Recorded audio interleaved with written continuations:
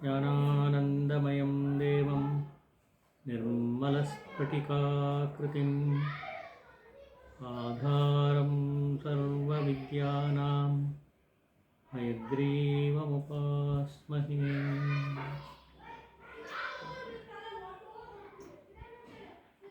ಸಮಸ್ತಜನನೀಂ ವಂದೇ ಚೈತನ್ಯಸ್ತನ್ಯತಾಯಿನೀಂ ಶ್ರೇಯಸೀಂ ಶ್ರೀನಿವಾಸಸ್ಯ ಕರುಣಾಮಿವ ರೂಪಿಣೀಂ.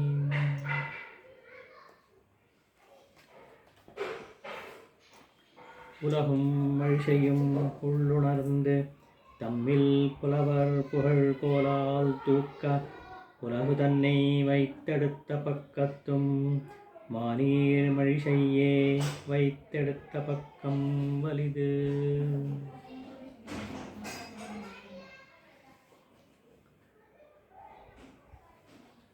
ಜಗದಾದಿ ದಂಪತಿಗಳ ಪವಿತ್ರ ಪಾದಾರವಿಂದಗಳ ಸ್ಮರಣೆಯಲ್ಲಿ ಇವತ್ತಿನ ಪಾಠವನ್ನು ಮುಂದುವರಿಸೋಣ. ಹಿಂದಿನ ಪಾಠದಲ್ಲಿ ನಾವು ತಿರುಮಳಿಶೈ ಆಳ್ವಾರ್ ಬಗ್ಗೆ ಕೆಲವು ವೃತ್ತಾಂತಗಳನ್ನು ನೋಡಿದ್ವು. ಎಂಥ ಆಳ್ವಾರವರು ಅಂತ ಹೇಳಿದ್ರೆ, ಆಳ್ವಾರ್ನ ಹೆಸರಿಗೆ ತಕ್ಕ ಹಾಗೆ ಭಗವದ್ಭಾವದಲ್ಲಿ ಆಳವಾಗಿ ಮುಳುಗಿದವರು ಎಂಬುದು ಒಂದು ಭಾಗವಾದರೆ, ಅದಲ್ಲದೆ ಅನೇಕ ವಿಷಯಗಳು ಶಾಸ್ತ್ರಗಳಲ್ಲೂ ಕೂಡ ಅವರು ತುಂಬ ಪರಿಣತಿಯನ್ನು ಹೊಂದಿದ್ದರು ಎಂಬುದನ್ನು ಗಮನಿಸಿದ್ವು. ಅಷ್ಟೇ ಅಲ್ಲ, ಸಿದ್ಧಪುರುಷರು ಆಗಿದ್ದರು ಅವರು. ಅನೇಕ ಸಿದ್ಧಿಗಳು ಅವರ ವಶದಲ್ಲಿ ಇದ್ದವು. ಅದರಲ್ಲಿ ಕೆಲವನ್ನು ಇವತ್ತು ಹಿಂದಿನ ಪಾಠದಲ್ಲಿ ಜ್ಞಾಪಿಸ್ಕೊಂಡು ಇವತ್ತು ಕೆಲವು ಜ್ಞಾಪಿಸ್ಕೊಳ್ಳೋಣ. ಅಂಥ ಒಂದು ವಿಶೇಷವಾದ ಒಂದು ಪ್ರಕೃತಿಯಾಗಿತ್ತು. ಅವರು ದೀರ್ಘಕಾಲ ತಪಸ್ಸಿನಲ್ಲಿ ಕುಳಿತವರಾಗಿದ್ದರು. ಒಂದು ಗುಹೆಯ ಒಳಗೆ ಕುಳಿತುಕೊಂಡು ತಪಸ್ ಮಾಡೋರು ಎಂಬುದಾಗಿ ನಮಗೆ ತಿಳಿದು ಬರುತ್ತೆ ಅವರ ಪರಂಪರೆಯಲ್ಲಿ. ಹಾಗೆಯೇ ಅವರು ಯೋಗದಲ್ಲಿ ಬಹಳ ಉನ್ನತ ಮಟ್ಟಕ್ಕೆ ಹತ್ತಿ ಸಮಾಧಿಸ್ಥರಾಗಿ ಕುಳಿತುಕೊತಾ ಇದ್ದರು ಎಂಬುದನ್ನು ಕೂಡ ಚರಿತ್ರೆ ಹೇಳುತ್ತೆ. ಇಷ್ಟು ಅಂಶಗಳನ್ನು ಹಿಂದಿನ ಪಾಠದಲ್ಲಿ ಸ್ಥೂಲವಾಗಿ ಗಮನಿಸಿದ್ವು. ಅದಕ್ಕೆ ಸಂಬಂಧಪಟ್ಟ ಕೆಲವು ಘಟನೆಗಳನ್ನು ಜ್ಞಾಪಿಸ್ಕೊಂಡ್ವು. ಇವತ್ತು ಅದನ್ನೇ ಮುಂದುವರಿಸೋಣ.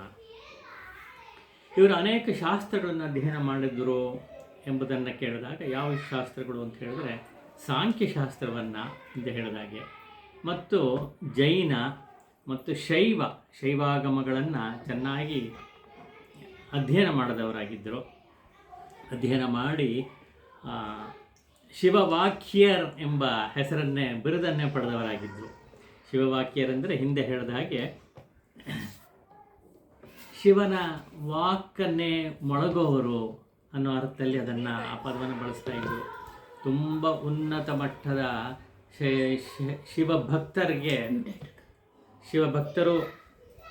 ಶಿವಭಕ್ತರು ಅಂತ ಹೇಳಿದ್ರೆ, ಇವರು ಏನು ಹೇಳ್ತಾರೋ ಅದನ್ನು ಶಿವ ಒಪ್ತಾನೆ ಅಂತ, ಅಥವಾ ಶಿವ ಪರಮಶಿವ ಯಾವುದನ್ನು ಹೇಳಬೇಕು ಅಂತ ತನ್ನ ವಾಕ್ಯನಲ್ಲಿ ಹೇಳಬೇಕು ಅಂತಿದ್ದಾನೋ ಅದು ಇವರ ಬಾಯಲ್ಲಿ ಬರುತ್ತೆ.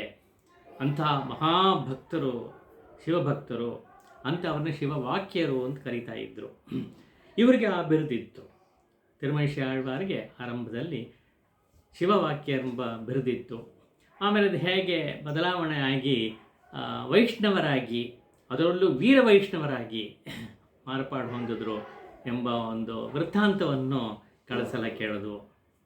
ಅದು ವಿಶೇಷವಾಗಿ ಪೇಯಾಳ್ವಾರ್ನವರು ಹೇಗೆ ಒಂದು ಉಪಾಯ ಮಾಡಿ, ಒಂದು ಎಕ್ಸ್ಪರಿಮೆಂಟ್ ಥರ ಮಾಡಿ ಇವರನ್ನ ಬುಟ್ಟಿಗೆ ಹಾಕ್ಕೊಂಡ್ರು ಅನ್ನೋ ಒಂದು ವೃತ್ತಾಂತವನ್ನು, ಸ್ವಾರಸ್ಯಕರವಾದ ಒಂದು ವೃತ್ತಾಂತವನ್ನು ಹಿಂದಿನ ಸಲ ಕೇಳಿದ್ದು. ಇದರ ಮಧ್ಯೆ ಇವರು ಅನೇಕ ಶಾಸ್ತ್ರಗಳನ್ನು ಕಲಿತಿದ್ರು ಅಂತ ಹೇಳಿದ್ವಲ್ಲ, ಅದರಲ್ಲಿ ಸಾಂಖ್ಯಶಾಸ್ತ್ರ ವಿಶೇಷವಾಗಿ ಇವರ ಪ್ರಬಂಧವನ್ನು ನೋಡಿದಾಗ ತಿರುಚ್ಛಂದವರ್ತಂ ಅನ್ನೋದು ಇವರ ವಿಶೇಷವಾದ ಒಂದು ಪ್ರಬಂಧ. ಅದನ್ನು ನೋಡಿದಾಗ ಆರಂಭದ ಶ್ಲೋಕವೇ, ಅದರಲ್ಲಿ ತಿರುಚ್ಛಂದವರ್ತ ಆರಂಭ ಶ್ಲೋಕವೇ ಅವರ ಸಾಂಖ್ಯದ ಒಂದು ಅರಿವನ್ನು ತಿಳಿಸುವಂಥ ಒಂದು ಪಾಶುರವಾಗಿ ಆಗಿರುತ್ತೆ ಅದು. ಅದನ್ನು ಗಮನಿಸೋ ಹಾಗಿದ್ದರೆ ಚೆನ್ನಾಗಿದೆ, ಸ್ವಾರಸ್ಯಕರವಾಗಿದೆ. ಅದು ಪ್ರಾಸಬದ್ಧವಾಗಿದೆ. ಭೂಮಿಲಾಯ ವೈಂದುಮಾಯ್ ಪುನರ್ಕಣ್ಣಿಂದ ನಾನ್ಗುಮಾಯ್ தீனிலாய மூன்றுமாய் சிறந்த கால் இரண்டுமாய் மீனிலாயது ஒன்றுமாகி வேறு வேறு தன்மையாய் ನೀನಿಲಾಯ ವಣ್ಣ ನಿನ್ನೈ ಯಾರ್ ನಿನೈಕ ವಲ್ಲರೇ ಎಂಬುದಾಗಿ. ಅಂದರೆ ಇಲ್ಲಿ ಪೂರ್ತಿ ಅದನ್ನು ಮನಸ್ಸಿಗೆ ಬರದೇ ಇದ್ದರೂ ಇಷ್ಟು ಗಮನಿಸ್ಬೋದು. 5, 4, 3, 2, 1 ಎಂಬುದಾಗಿ ಹೇಳ್ಕೊಂಡು ಬರ್ತಾ ಇದ್ದಾರೆ. ಈ 5 ಯಾವುದು 4 ಯಾವುದು ಅನ್ನೋದನ್ನು ವಿವರಣೆ ಅದರಲ್ಲೇ ಕೊಡ್ತಾ ಇದೆ. ಇದು ಯಾತಕ್ಕೆ ಈ ನಂಬರ್ ಹೇಳ್ತಾ ಇದ್ದಾರೆ? ಸಾಂಖ್ಯ ಅಂತ ಹೇಳಿದೆ ನಾನು. ಪಂಚಭೂತಗಳನ್ನು ಸಾಂಖ್ಯಶಾಸ್ತ್ರ ವಿಸ್ತಾರವಾಗಿ ಹೇಳುತ್ತೆ. ಪೃಥ್ವಿ, ಅಪ್ಪು, ತೇಜಸ್, ವಾಯು, ಆಕಾಶ ಎಂಬುದಾಗಿ 5 ಪಂಚಭೂತಗಳು. ಅದು ಒಂದೊಂದಕ್ಕೂ ಕೂಡ ಒಂದು ಗುಣ ಇದೆ. ಶಬ್ದ, ಸ್ಪರ್ಶ, ರೂಪ, ರಸ, ಗಂಧ ಎಂಬುದಾಗಿ ಒಂದೊಂದಕ್ಕೂ ಒಂದೊಂದು ಗುಣ ಇದೆ. ಅದನ್ನು ತನ್ಮಾತ್ರೆಗಳು ಅಂತ ಕರೀತಾರೆ. ಪಂಚಭೂತಗಳು, ಪಂಚ ತನ್ಮಾತ್ರೆಗಳು ಒಂದಕ್ಕೊಂದು ಲಿಂಕ್ ಇರುತ್ತೆ. ಈ ತರಹ ಸಾಂಖ್ಯಶಾಸ್ತ್ರ ವಿಸ್ತಾರವಾಗಿ ಹೇಳುತ್ತೆ. ಅದೆಲ್ಲ ಮನಸ್ಸಲ್ಲಿಟ್ಟುಕೊಂಡು ಇದು ಡೆವಲಪ್ ಆಗುವಾಗ ಹೇಗಾಗತ್ತೆ ಅಂತ ಹೇಳಿದ್ರೆ, ಆಕಾಶಾದ್ವಾಯು, ಆರಂಭದಲ್ಲಿ ಆಕಾಶ ಉದ್ಭವ ಆಯಿತು. ಆಕಾಶಾದ್ವಾಯು ವಾಯೋರಗ್ನಿ ಅಗ್ನೇರಾಪಃ ಅದ್ಭ್ಯ ಪೃಥಿವಿ ಪೃಥಿವ್ಯಾ ಓಷಧಯ ಎಂಬುದಾಗಿ ಉಪನಿಷತ್ ಹೇಳುತ್ತೆ. ಹೇಗೆ ವಿಸ್ತಾರವಾಯಿತು, ಜಗತ್ಸೃಷ್ಟಿಯಾಯಿತು ಅಂತ ಹೇಳುವಾಗ ಆಕಾಶ ಮೊದಲು ಪಂಚಭೂತಗಳಲ್ಲಿ. ಆಕಾಶದಿಂದ ವಾಯು, ವಾಯುವಿಂದ ಅಗ್ನಿ, ಅಗ್ನಿಯಿಂದ ಅಪ್ಪು, ಅಪ್ಪಿಂದ ಪೃಥಿವಿ ಎಂಬುದಾಗಿ ಹೇಳ್ತಾ ಬರುತ್ತೆ. ಇವಾಗ ಒಂದಕ್ಕೊಂದು ಪಂಚಭೂತಗಳು, ಪಂಚ ತನ್ಮಾತ್ರೆಗಳು ಅಂತ ಹೇಳುವಾಗ ಅದು ಹೇಳೋದು ಕ್ರಮ. ಒಂದು ಪಂಚಭೂತಗಳು ಒಂದು ಕಡೆ ಬರೆಯೋದು, ಪಂಚ ತನ್ಮಾತ್ರೆಗಳು ಒಂದು ಕಡೆ ಬರೆಯೋದು, ಒಂದಕ್ಕೊಂದು ಲೈನ್ ಹಾಕಿ ಲಿಂಕ್ ಮಾಡೋದು ಅಂತೊಂದು. ಅದನ್ನು ಇವರು ಇನ್ನೊಂದು ಥರ ಹೇಳ್ತಾ ಇದ್ದಾರೆ. ಅದು ಸ್ವಾರಸ್ಯಕರವಾದದ್ದು. ಅದನ್ನು ಇದೆ ಪ್ರೆಸೆಂಟೇಷನ್ ಅಯ್ಯೋ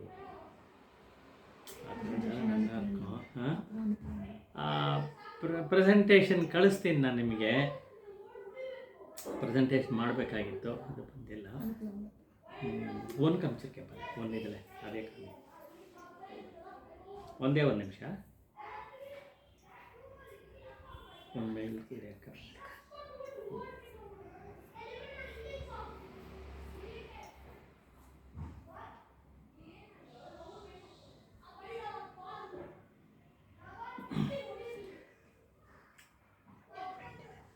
ಇದೆಯಾ?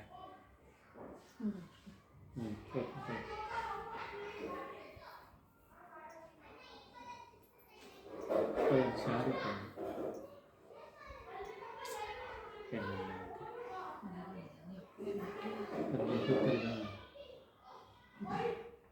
ಸರಿ, ಓಪನ್ ಆಗ್ತಾ ಇಲ್ಲ. ಸರಿ, ಹೌದಾ? ಅದು ಕೊಡಿ. ಪ್ರೆಸೆಂಟ್ ಪಟ್ಟಿದ ಕಾರಣ ಇಲ್ಲ. ಹಾಂ, ಪುರ ಅಪ್ಡೇಟ್ ಕೊಡಿ. ಒಂದು ನೋಡಿ, ಇದು ಕಾಣುತ್ತಾ? ಹೆಂಗೆ ಹಚ್ಕೊಂಡು ಹಂಗಿಲ್ಲ.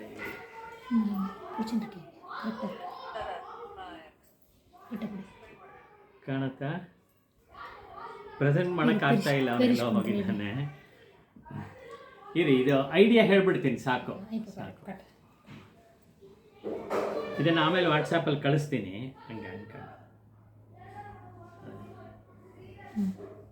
ಓದೋ ಹಾಗಿದೆಯಾ? ಹಾಂ, ಪೂರ ಕಾಣೆ. ಇದನ್ನು ಮನಸ್ಸಲ್ಲಿ ಇಟ್ಕೊಳ್ಳಿ, ಹೇಳ್ತೀನಿ ನೋಡಿ. ಮೊದಲನೇದು ಆಕಾಶ. ಆಕಾಶದಿಂದ ಕ್ರಾಸಾಗಿ ನೋಡಬೇಕು.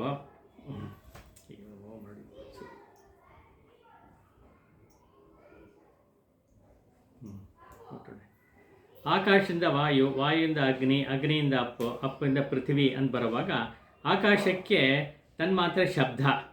ಶಬ್ದವನ್ನು ತಗೊಂಡಿರುತ್ತೆ ಆಕಾಶ. ಶಬ್ದ ತನ್ಮಾತ್ರೆಯನ್ನು ತಗೊಂಡಿರುತ್ತೆ. ಅಲ್ಲಿಂದ ವಾಯು ಬಂದಾಗ ಸ್ಪರ್ಶ ತನ್ಮಾತ್ರೆ ಸೇರಿಕೊಳ್ಳುತ್ತೆ. ವಾಯುವಿನಲ್ಲಿ ಏನಿರುತ್ತೆ, ಹಿಂದಿನ ಆಕಾಶವೂ ಹಿಂದಿನ ಶಬ್ದವೂ ಸೇರಿರುತ್ತೆ, ಸ್ಪರ್ಶವೂ ಸೇರುತ್ತೆ, 2 ಗುಣಗಳು ಸೇರುತ್ತೆ ಅದರಲ್ಲಿ. ಆಕಾಶದಲ್ಲಿ 1 ಗುಣ, ವಾಯುವಿನಲ್ಲಿ 2 ಗುಣ, ಮತ್ತು ಅಗ್ನಿಗೆ ಬಂದಾಗ ರೂಪ ಅಂತ ಸೇರ್ಕೊಳ್ಳುತ್ತೆ. ಆವಾಗ ಅಗ್ನಿಯಲ್ಲಿ 3 ಗುಣ ಇರುತ್ತೆ, 1 ಶಬ್ದ, ಇನ್ನೊಂದು ಸ್ಪರ್ಶ, ಇನ್ನೊಂದು ರೂಪ, 3 ಆಯಿತು. ಅಲ್ಲಿಂದ ಅಗ್ನಿಯಿಂದ ಬಂತು, ಬಂದಾಗ ರಸ ಸೇರ್ಕೊಳ್ಳುತ್ತೆ. ಆವಾಗ ಅಪ್ಪನಲ್ಲಿ 4 ಗುಣ ಇರುತ್ತೆ, 1 ಶಬ್ದ, ಆಮೇಲೆ ಸ್ಪರ್ಶ, ರೂಪ, ರಸ 4 ಸೇರ್ಕೊಂಡಿರುತ್ತೆ ಅಂತ. ಆಮೇಲೆ ಅಲ್ಲಿಂದ ಪೃಥ್ವಿಗೆ ಬಂದರೆ ಗಂಧ ಅನ್ನೋ ಒಂದು ತನ್ಮಾತ್ರೆ ಸೇರ್ಕೊಳುತ್ತೆ, 5ನೇದು. ಇದು ಪೃಥ್ವಿಯಲ್ಲಿ 5 ಗುಣಗಳಿರುತ್ತೆ. ಅಂದರೆ ಏನಾಯಿತು, ಪೃಥ್ವಿಯಲ್ಲಿ 5 ಗುಣಗಳು, ಅಪ್ಪನಲ್ಲಿ 4 ಗುಣಗಳು, ಅಗ್ನಿಯಲ್ಲಿ 3 ಗುಣಗಳು, ಆಮೇಲೆ ವಾಯುವಿನಲ್ಲಿ 2 ಗುಣ, ಆಕಾಶದಲ್ಲಿ 1 ಗುಣ ಇರುತ್ತೆ ಅನ್ನೋದು ಸಾಂಖ್ಯ ಹೇಳೋವಂಥ ಒಂದು ತತ್ವ. ಸಾಂಖ್ಯದಲ್ಲಿ ಇದನ್ನು ಈ ತರಹ ವಿವರಣೆ ಒಂದಕ್ಕೊಂದು ಸೇರಿಕೊಂಡಿರೋದನ್ನು ವಿಶಿಷ್ಟಾದ್ವೈತದಲ್ಲಿ ವಿಶೇಷವಾಗಿ ಹೇಳ್ತಾರೆ. ಬಾಕಿ ತತ್ವಗಳಲ್ಲಿ ಏನು ಮಾಡ್ತಾರೆ ಅಂದರೆ ಫಿಲಾಸಫಿನಲ್ಲಿ ಒಂದಕ್ಕೊಂದು ಅಷ್ಟೇ ಹೇಳ್ತಾರೆ. ವಿಶಿಷ್ಟಾದ್ವೈತದಲ್ಲಿ ವಿಶೇಷವಾಗಿ ಈ ಒಂದು ಕ್ರಮದಲ್ಲಿ ಹೇಳ್ತಾರೆ. ಇದನ್ನು ಅಡಾಪ್ಟ್ ಮಾಡ್ಕೊಂಡಿದ್ದಾರೆ. ಅಂದರೆ ವಿಶಿಷ್ಟಾದ್ವೈತವನ್ನು ಇವರು ಅಡಾಪ್ಟ್ ಮಾಡ್ಕೊಂಡಿದ್ದಾರೆ ಅಂತಲ್ಲ, ಇವರು ಹೇಳಿದ್ದರೆ ವಿಶಿಷ್ಟಾದ್ವೈತ ಎಲ್ಲ ಅಡಾಪ್ಟ್ ಮಾಡ್ಕೊಂಡಿದ್ದಾರೆ ಅಂತ ಹೇಳಿದ್ರು ತಪ್ಪೇನಾಗಲ್ಲ ಅಂತ ಅನಿಸುತ್ತೆ. ಇಲ್ಲಿ ನೋಡಿ, ಭೂಮಿನಾಯ 5 ಮಾಯ್, ಭೂಮಿ ಅನ್ನೋ ತತ್ವದಲ್ಲಿ 5 ಆಗಿದೆ. ಪುನರ್ಕಣಿಂದ 4 ಮಾಯ್, ಅಲ್ಲಿಂದ ಪುನರ್ಕಣ್ ಅಂದರೆ ಇದು ವಾಯುವಿನಲ್ಲಿ 4 ತತ್ವಗಳು ಸೇರ್ಕೊಂಡಿರುತ್ತೆ. ಆಮೇಲೆ ತೀನಿಲಾಯ, ತೀ ಅಂದರೆ ಅಗ್ನಿಯಲ್ಲಿ 3 ಇರುತ್ತೆ. ಆಮೇಲೆ 3 ಮಾಯ್, ಶಿರಂದಕಾರ್ 2 ಮಾಯ್, ಅಂದರೆ ಅಪ್ಪನಲ್ಲಿ ಎಲ್ಲ ವಾಯುವಿನಲ್ಲಿ 2 ಇರುತ್ತೆ. ಮೀನಿಲಾಯ ಅಂತ ಹೇಳಿದ್ರೆ ಆಕಾಶದಲ್ಲಿ 1 ಇರುತ್ತೆ. ಇದೆಲ್ಲ ಬೇರೆ ಬೇರೆಯಾಗಿ ಕಾಣ್ತಾ ಇರುತ್ತೆ, ಒಟ್ಟಿಗೇನೋ ಸೇರಿರುತ್ತೆ. ಅಂಥ ನಿನ್ನನ್ನು ಇದು ಅಲ್ಲಿಗೆ ನಿಲ್ಲಿಸಲಿಲ್ಲ. ನೀನಿಲಾಯ ವಣ್ಣ ನಿನ್ನೈ, ಅಂದರೆ ಇದೆಲ್ಲವನ್ನೂ ಹೊಂದಿರೋ ಅಂಥ ನೀನಾಗಿದೆಯಲ್ಲ, ನಿನ್ನನ್ನು ಯಾರು ತಾನೇ ವರ್ಣಿಸಕ್ಕೆ ಸಾಧ್ಯ ಎಂಬುದಾಗಿ ಹೇಳಿ ನಿಲ್ಲಿಸ್ತಾರೆ ಅಲ್ಲಿ. ಇದು ವಿಶೇಷವಾಗಿ ಅವರು ಹೇಳುವಂಥ ಒಂದು ತತ್ವವನ್ನು ಹೇಳ್ತಾ ಇದೆ. ಪಂಚಭೂತಗಳು, ತನ್ಮಾತ್ರೆಗಳು ಅಂತ ಹೇಳ್ತಾ ಇದೆ. ಇದು ವಿಸ್ತಾರವನ್ನು ಹೇಳ್ತಾ ಇದೆ. ಹಾಗೆ ಎಷ್ಟೆಷ್ಟು ತತ್ವಗಳು ಸೇರಿಕೊಂಡಿದೆ ಅನ್ನೋದು ಹೇಳ್ತಾ ಇದೆ. ಇದೆಲ್ಲ ಎಲ್ಲಿಂದ ಬರ್ತಾ ಇದೆ ಅಂತ ಹೇಳಿದ್ರೆ ಭಗವಂತನಿಂದ ಬರ್ತಾ ಇದೆ ಅನ್ನೋ ಅಂಶವನ್ನೂ ಮರೆಯಲ್ಲ. ಯಾಕಂದರೆ ಹಿಂದೆ ಸಾಂಖ್ಯದಲ್ಲಿ ನಿರೀಶ್ವರ ಸಾಂಖ್ಯ ಅಂತ ಹೇಳಿದ್ರೆ ಪ್ರಕೃತಿಯಲ್ಲೇ ಎಲ್ಲ ತತ್ವಗಳು ಇದೆ, ಅದೇನೇ ತಾನೇ ವಿಸ್ತಾರ ಮಾಡ್ಕೊಂಡ್ಬರ್ತಾ ಇದೆ, ಅದಕ್ಕೆ ಹಿಂದೆ ಪರಮಾತ್ಮ ಅಂತ ಇರಬೇಕಾಗಿಲ್ಲ ಅನ್ನೋದನ್ನು ಹೇಳುತ್ತೆ ನಿರೀಶ್ವರ ಸಾಂಖ್ಯ. ಶೇಷರ ಸಾಂಖ್ಯದಲ್ಲಿ ಅವನು ಭಗವಂತ ಇದ್ದಾನೆ, ಅವನೇ ಕಾರಣ ಅಂತ ಹೇಳೋ ಅಂಶ ಇದೆ. ಆದರೆ ಇಲ್ಲಿ ಹಾಗೆ ನಿರೀಶ್ವರ ಸಾಂಖ್ಯದಲ್ಲಿ ನಿಲ್ಲಿಸಲ್ಲ. ಎಲ್ಲದಕ್ಕೂ ಹಿಂದೆ ನೀನಿದೆಯಾ, ಅಂಥ ನಿನ್ನನ್ನು ಯಾರಪ್ಪ ವರ್ಣಿಸೋಕ್ಕೆ ಸಾಧ್ಯ ಅಂತ ಹೇಳಿ ಪ್ರಾರಂಭ ಮಾಡ್ತಾರೆ ಅವರು. ಅದನ್ನು ಗಮನಿಸ್ಬೋದು. ಹಾಗೆ ಮತ್ತೊಂದರಲ್ಲಿ ಇನ್ನೂ ಸ್ವಲ್ಪ ವಿಸ್ತಾರವಾಗಿ ಹೇಳ್ತಾ ಇದ್ದಾರೆ ಮುಂದಿನ ಶ್ಲೋಕದಲ್ಲಿ. ಅದು ನೋಡೋಣ. ತನ್ನುಳ್ಳೇ ತಿರೈತೆಳುಂ ತರಂಗ வெண் தடங்கடல் தன்னுளே திரைத்தெழுந்தடங்குகின்ற தன்மை போல் நின்னுளே பிறந்திருந்து நிற்பவும் திரிபவும் ನಿನ್ನುಳೇ ಅಡಂಗಗಿன்ற ನೀರ್ಮೈ ನಿನ್ ಕಣ್ ನಿன்றದೆ. ಇದು ತುಂಬ ಚೆನ್ನಾಗಿದೆ. ಏನು ಹೇಳ್ತಾರೆ ಅಂತ ಹೇಳಿದ್ರೆ, ನಿನ್ನಲ್ಲೇ ನೀನು ಅಂತ ಹೇಳಿದ್ರೆ ಇಲ್ಲಿ ಭಗವಂತ ನಾರಾಯಣನ್ನೇ ಅವರು ಕುರಿತು ಹೇಳ್ತಾ ಇದ್ದಾರೆ. ನಿನ್ನುಳೇ ಪಿರಂದೆ, ಎಲ್ಲವೂ ಕೂಡ ನಿನ್ನಿಂದಲೇ ಸೃಷ್ಟಿಯಾಯಿತು ಅಂತ ಹೇಳ್ತಾರೆ. ಪಿರಂದೆ ಇರಂದೆ, ನಿನ್ನಿಂದ ಸೃಷ್ಟಿಯಾಯಿತು, ನಿನ್ನಲ್ಲೇ ಲಯವಾಗತ್ತೆ. ಇರಂದೆ ಅಂತ ಹೇಳಿದ್ರೆ ಸತ್ತು ಹೋಗಿ ಅಂತ ಅಂದರೆ ಲಯವಾಗೋದು ಅಂತ. ಲಯವಾಗೋದು ನಿರ್ಪವಂ ತಿರಿಭವಂ, ಯಾವ್ಯಾವುದು ಅಂತ ಹೇಳಿದ್ರೆ ಸ್ಥಾವರ ಜಂಗಮಗಳು ಎಲ್ಲವೂ ಕೂಡ ನಿನ್ನಿಂದಲೇ ಸೃಷ್ಟಿಯಾಯಿತು, ನಿನ್ನಲ್ಲೇ ಹೋಗಿ ಸೇರ್ಕೊಳ್ಳುತ್ತೆ ಅನ್ನೋ ಒಂದು ಅಂಶವನ್ನು ಹೇಳ್ತಾ ಇದ್ದಾರೆ. ಸ್ಥಾವರ ಜಂಗಮ ಅಂತ ಹೇಳಿದ್ರೆ ಸ್ಥಾವರ ಅಂತ ಸ್ಥಿರವಾಗಿರೋದು, ಅದು ಇಡೀ ವಿಶ್ವವೆಲ್ಲ ಸ್ಥಿರವಾಗಿರೋ ಅಂಥದ್ದು. ತಿರಿಭವಂ ಅಂತ ಹೇಳಿದ್ರೆ ಜಂಗಮ ಅಂತ ಹೇಳಿದ್ರೆ ಜೀವಿಗಳು ಮತ್ತು ವಿಶ್ವ ಮತ್ತು ಜೀವಿಗಳು ಎರಡೂ ಸೇರಿಕೊಂಡೆ ಎಲ್ಲ ಬಂದ್ಬಿಡ್ತೋ, ಇನ್ನೇನಿಲ್ಲ. ಇದಿಷ್ಟು ಕೂಡ ನಿನ್ನಿಂದಲೇ ಸೃಷ್ಟಿಯಾಯಿತು, ನಿನ್ನಲ್ಲೇ ಹೋಗಿ ಲಯವಾಗತ್ತೆ ಅನ್ನೋ ಅಂಶವನ್ನು ಒಂದೇ ಲೈನ್ ಎಷ್ಟು ಚೆನ್ನಾಗಿ ಹೇಳ್ತಾರೆ. ನಿನ್ನುಳೇ ಪಿರಂದಿರಂದೆ ನಿರ್ಪವಂ ತಿರಿಭವಂ ಅಂಥೇಳಿ ಕೊನೆಗೆ ನಿನ್ನುಳೇ ಅಡಂಗಿಗಿಂದ್ರ, ಎಲ್ಲವೂ ಕೊನೆಗೆ ನಿನ್ನಲ್ಲೇ ಹೋಗಿ ಸೇರ್ಕೊಂಡ್ಬಿಡತ್ತೆ ಅಂತ. ಲಯವಾಗೋದ್ರೆ ಅದೇನೇ ಅರ್ಥ, ಆದರೆ ಕೊನೆಯಲ್ಲಿ ಎಲ್ಲವೂ ಕೂಡ ನಿನ್ನಲ್ಲೇ ಹೋಗಿ ಸೇರ್ಕೊಂಡ್ಬಿಡತ್ತೆ ಅನ್ನೋದನ್ನು ತುಂಬ ಚೆನ್ನಾಗಿ ಹೇಳ್ತಾರೆ. ಅದನ್ನು ಹೇಳ್ತಾ ಅಂದರೆ ಎಷ್ಟು ಆಳವಾದ ಒಂದು ಅನುಭವ, ಭಗವಂತನ ನೋಡಿ ಅವನಲ್ಲೇ ಎಲ್ಲ ಆಗ್ತಾ ಇದೆ ಅಂತ ಅನುಭವಿಸಿ ಹೇಳ್ತಾ ಇರೋವಂಥ ಒಂದು ವಿಷಯವಾಗುತ್ತೆ. ಅದಕ್ಕೆ ಒಂದು ಸುಂದರವಾದ ದೃಷ್ಟಾಂತವನ್ನು ಕೊಡ್ತಾರೆ. ಏನಪ್ಪ ಅಂತ ಹೇಳಿದ್ರೆ, ಒಂದು ಸಮುದ್ರ ಇದೆ, ಸಮುದ್ರದಲ್ಲಿ ಅಲೆಗಳೆಲ್ಲ ಕಾಣುತ್ತವೆ. ಅಲೆಗಳು ಎಲ್ಲಿಂದ ಬಂತು? ಸಮುದ್ರದಲ್ಲೇ ಬಂದಿದ್ದಾಳೆ. ಅದು ನಮಗೆ ಸಮುದ್ರವೂ ಕಾಣ್ತಾ ಇದೆ, ಅಲೆಯೂ ಕಾಣ್ತಾ ಇದೆ. ಸಮುದ್ರದಿಂದ ಬಂದ ಅಲೆ ಕಾಣ್ತಾ ಇದೆ, ಆದರೆ ಅಲೆ ಎಲ್ಲಿ ಹೋಗುತ್ತೆ? ಮತ್ತೆ ಸಮುದ್ರದಲ್ಲಿ ಹೋಗಿ ಸೇರ್ಕೊಂಡ್ಬಿಡುತ್ತೆ. ಹಾಗೆ ಎಲ್ಲಿಂದ ಹೊರಡುತ್ತೋ ನಮಗೆ ಮೂಲ ಯಾವುದು? ಸಮುದ್ರ. ಅಲ್ಲಿಂದ ಸೃಷ್ಟಿಯಾಗಿದ್ದು ಯಾವುದು? ಅಲೆಗಳು. ಆವಾಗ ಬೇರೆ ಬೇರೆ ಕಾಣುತ್ತೆ. ಕೊನೆಗೆ ಏನಾಗುತ್ತೆ? ಅಲ್ಲಿ ಹೋಗಿ ಮತ್ತೆ ಅಲೆಗಳೆಲ್ಲ ಅದರಲ್ಲೇ ಹೋಗಿ ಸೇರಿಕೊಳ್ಳುತ್ತೆ. ಹೇಗೆ ಸೇರಿಕೊಂಡು ಆಗತ್ತೋ ಹಾಗೆ ಸಮುದ್ರದಂತೆ ನೀನುಪ್ಪ ಅಂತ ಹೇಳಿ ಸಮುದ್ರಕ್ಕೂ ಉಪಮೆಯಾಗಿ ಕೊಡ್ತಾರೆ ಭಗವಂತನ ಅಂಥೇಳಿ. ಸುಂದರವಾದ ಒಂದು ಪಾಶುರ ಇದು. ಅಂದರೆ ಅವರ ಆಳವಾದ ಅನುಭವ ಎಲ್ಲವೂ ಕೂಡ ಭಗವಂತರಿಂದಲೇ ಬರೋದು ಅಂಥೇಳಿ ಅದನ್ನು ನಿನ್ನುಳೆ ನೀನು ಅಂತ ಹೇಳಿದಾಗ ಇಲ್ಲಿ ನಾರಾಯಣನೇ ಕುರಿತವರು ಹೇಳ್ತಾ ಇದ್ದಾರೆ. ಯಾಕೆಂದರೆ ಶ್ರೀ ವೈಷ್ಣವರಾಗಿದ್ದಾರೆ, ಪರಮ ಶ್ರೀ ವೈಷ್ಣವರಾಗಿಬಿಟ್ಟಿದ್ದಾರೆ, ವೀರ ಶ್ರೀ ವೈಷ್ಣವರಾಗಿದ್ದಾರೆ. ಅವಾಗ ಬಂದಂಥ ಮಾತಿದು ಅನ್ನೋದನ್ನು ಅದಕ್ಕೆ ಉದಾಹರಣೆಯಾಗಿ ಒಂದೆರಡು ಪಾಶುರ, ಈ ಥರದ್ದು ಅನೇಕ ಪಾಶುರಗಳಿದೆ. ಮುಂದೆ ಕೆಲವನ್ನು ಹೇಳ್ತೀನಿ. ಇಲ್ಲಿ ತತ್ವವನ್ನು, ಸಾಂಖ್ಯ ತತ್ವವನ್ನು ಹೇಳುವಂಥ ಅನೇಕ ಪಾಶುರಗಳಿದೆ. ಒಂದನ್ನು ಮಾತ್ರ ಹೇಳಿದೆ ಆರಂಭದ ಪಾಶುರವನ್ನು. ಮುಂದೆ ಕೂಡ ಅನೇಕ ಈ ತರಹ ಬರುತ್ತೆ. ಹೇಳಿದಾಗ ಬೇರೆ ಬೇರೆ ತರಹ ವಿಭಾಗ ಮಾಡೋದು, ಎಂಟು ಅಂತ ಹೇಳಿ ವಿಭಾಗ ಮಾಡೋದು, 24 ಆ ಥರದ್ದೆಲ್ಲ ಕೆಲವು ಬರುತ್ತೆ. ಚೆನ್ನಾಗಿದೆ ಎಲ್ಲ ಒಂದೊಂದು ಕೂಡ. ಅಂದರೆ ಅವರು ಎಷ್ಟು ಆಳವಾದ ಒಂದು ಅಧ್ಯಯನ ಇತ್ತು, ತಿಳುವಳಿಕೆ ಇತ್ತು ಅನ್ನೋದು ಚೆನ್ನಾಗಿ ಸ್ಪಷ್ಟವಾಗುತ್ತೆ ಅವರ ಇದರಲ್ಲಿ ಅನ್ನೋದಕ್ಕೆ ಉದಾಹರಣೆಯಾಗಿ ಕೆಲವನ್ನು ಹೇಳ್ತಾ ಇದ್ದೀನಿ ಅಷ್ಟೇ. ಇಲ್ಲಿ ಇದಾದ ಮೇಲೆ ಹಿಂದೆ ನಾವು ಗಮನಿಸಿದ ಹಾಗೆ ಅವರು ಒಂದು ಸಿದ್ಧ ಪುರುಷರು ಅಂತ ಹೇಳಿದೆ. ಸಿದ್ಧ ಪುರುಷರು ಅಂತ ಹೇಳಿದ್ರೆ ಸಿದ್ಧಿಗಳಿದೆ ಅನ್ನೋದು ಒಂದು ಭಾಗ. ಅದಕ್ಕೆ ಕೆಲವು ಉದಾಹರಣೆಗಳು, ಘಟನೆಗಳೆಲ್ಲ ಹಿಂದಿನ ಸಲ ಜ್ಞಾಪಿಸ್ಕೊಂಡು, ಮತ್ತೊಂದು ವಿದ್ಯೆ ಇದು. ಈ ಸಿದ್ಧ ವೈದ್ಯ ಅಂತಿದೆ, ರಸವೈದ್ಯ, ಸಿದ್ಧವೈದ್ಯ ಅಂತಿದೆ. ಅದನ್ನು ಕೇಳಿದ್ದೀವಿ ನಾವು. ರಸವೈದ್ಯ ಅಂತ ಹೇಳಿದ್ರೆ ಪಾದರಸದಿಂದ ಮಾಡೋವಂಥ ಕೆಲವು ಮೂಲಿಕೆಗಳನ್ನು ಸೇರಿಸಿ ಮಾಡೋವಂಥ ಕೆಲವು ಔಷಧಿಗಳು ಅಂತ. ಇದು ಸಿದ್ಧವೈದ್ಯ ಅಂತ ಒಂದು ಸಿಸ್ಟಮ್, ಆಯುರ್ವೇದ, ಹೋಮಿಯೋಪತಿ ಅದಿದ್ದ ಹಾಗೆ ಈಗಲೂ ಕೂಡ ಸಿದ್ಧವೈದ್ಯ ಅಂತಿದೆ. ಅದು ತಮಿಳುನಾಡಲ್ಲಿ, ವಿಶೇಷವಾಗಿ ತಮಿಳುನಾಡು ಅಂತ ಹೇಳಿದ್ರೆ ಈಗಿನ ತಮಿಳುನಾಡು, ಹಿಂದೆ ಮಲಯಾಳಂ ಇದೆಲ್ಲ ಸೇರಿಕೊಂಡು, ಕೇರಳ ಇದೆಲ್ಲ ಸೇರಿಕೊಂಡು ಬಂದಂಥ ಸ್ವಲ್ಪ ಕರ್ನಾಟಕದ ಭಾಗ, ಕೊಂಕಣಿ ಇದು ಅದಕ್ಕೆ ಸೇರಿದ್ದು, ಇದೆಲ್ಲ ಸೇರಿಕೊಂಡಿದೆ. ಅಲ್ಲಿ ತುಂಬ ಪ್ರಚಲಿತವಾಗಿದ್ದಂಥದ್ದು ಸಿದ್ಧವೈದ್ಯ ಅಂಥೇಳಿ. ಅಂದರೆ ಮೂಲಿಕೆಗಳನ್ನು ಉಪಯೋಗಿಸಿ ಮಾಡೋ ಅಂಥ ಒಂದು ಇದು. ಅದರಲ್ಲಿ ವಿಶೇಷವಾಗಿ ರಸವೈದ್ಯ ಅಂತ, ಈ ಮೆರ್ಕ್ಯುರಿ ಕಾಂಪೌಂಡ್ಸ್ ಅಂತ ಹೇಳ್ತೀವಲ್ಲ, ಅದಕ್ಕೆ ಸಂಬಂಧಪಟ್ಟಂತೆ ಅದನ್ನು ಇದು ಒಂದರಿಂದ ಒಂದನ್ನು ಮಾರ್ಪಾಡು ಮಾಡೋದು. ಅಂದರೆ ಒಂದು ಲೋಹದಿಂದ ಇನ್ನೊಂದು ಲೋಹಕ್ಕೆ ನಾವು ಬದಲಾಯಿಸ್ಕೋಬಹುದು, ಅಂದರೆ ಟ್ರಾನ್ಸ್ಮ್ಯೂಟ್ ಮಾಡಬಹುದು, ಟ್ರಾನ್ಸ್ಫಾರ್ಮ್ ಮಾಡಬಹುದು ಅಂತ. ಇದನ್ನು ಹಿಂದಿನ ಕಾಲದಲ್ಲಿ ಆಲ್ಕೆಮಿ ಅಂತ ಕರೀತಾ ಇದ್ರು. ಅಂದರೆ ಹಿಂದೆ ನಮ್ಮ ದೇಶದ ಒಂದು ಕೆಮಿಸ್ಟ್ರಿ ಇದೆಯಲ್ಲ, ಆಲ್ಕೆಮಿ ಅನ್ನೋದರಿಂದಲೇ ಕೆಮಿಸ್ಟ್ರಿನೂ ಬಂತು. ಆಲ್ ಬಿಟ್ಬಿಡಿ, ಅದು ಅರಾಬಿಕ್ ಇದು ಅಂತ ಹೇಳ್ತಾರೆ. ಕೆಮಿ ಅನ್ನೋದು ಪದ, ಅದು ಬೇರೆ ಬೇರೆ ಲೋಹಗಳು, ಒಂದಕ್ಕೊಂದು ಲೋಹಕ್ಕೆ ಇರೋ ಕನೆಕ್ಷನ್ನನ್ನು ಹೇಳ್ತಾ ಇದೆ. ಅಲ್ಲಿಂದ ಮುಂದಕ್ಕೆ ಬಂದು ಕೆಮಿಸ್ಟ್ರಿ ಆಯಿತು ಅಂತ ಹೇಳಿ ಈ ಭಾಷಾಶಾಸ್ತ್ರಜ್ಞರು ಹೇಳ್ತಾರೆ ಅದನ್ನು ಅಂತ ಇಟ್ಕೊಳ್ಳೋಣ.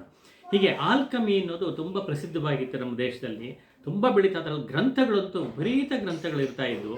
ಆದರೆ ಅನೇಕ ಗ್ರಂಥಗಳು ಕಾಲವಶದಲ್ಲಿ ನಾಶವಾಗಿಬಿಟ್ಟಿದೆ ಅಂತ ಹೇಳ್ತಾರೆ. ಆದರೂ ಕೂಡ ಕೆಲವು ಈಗ ಉಳ್ಕೊಂಡಿದೆ.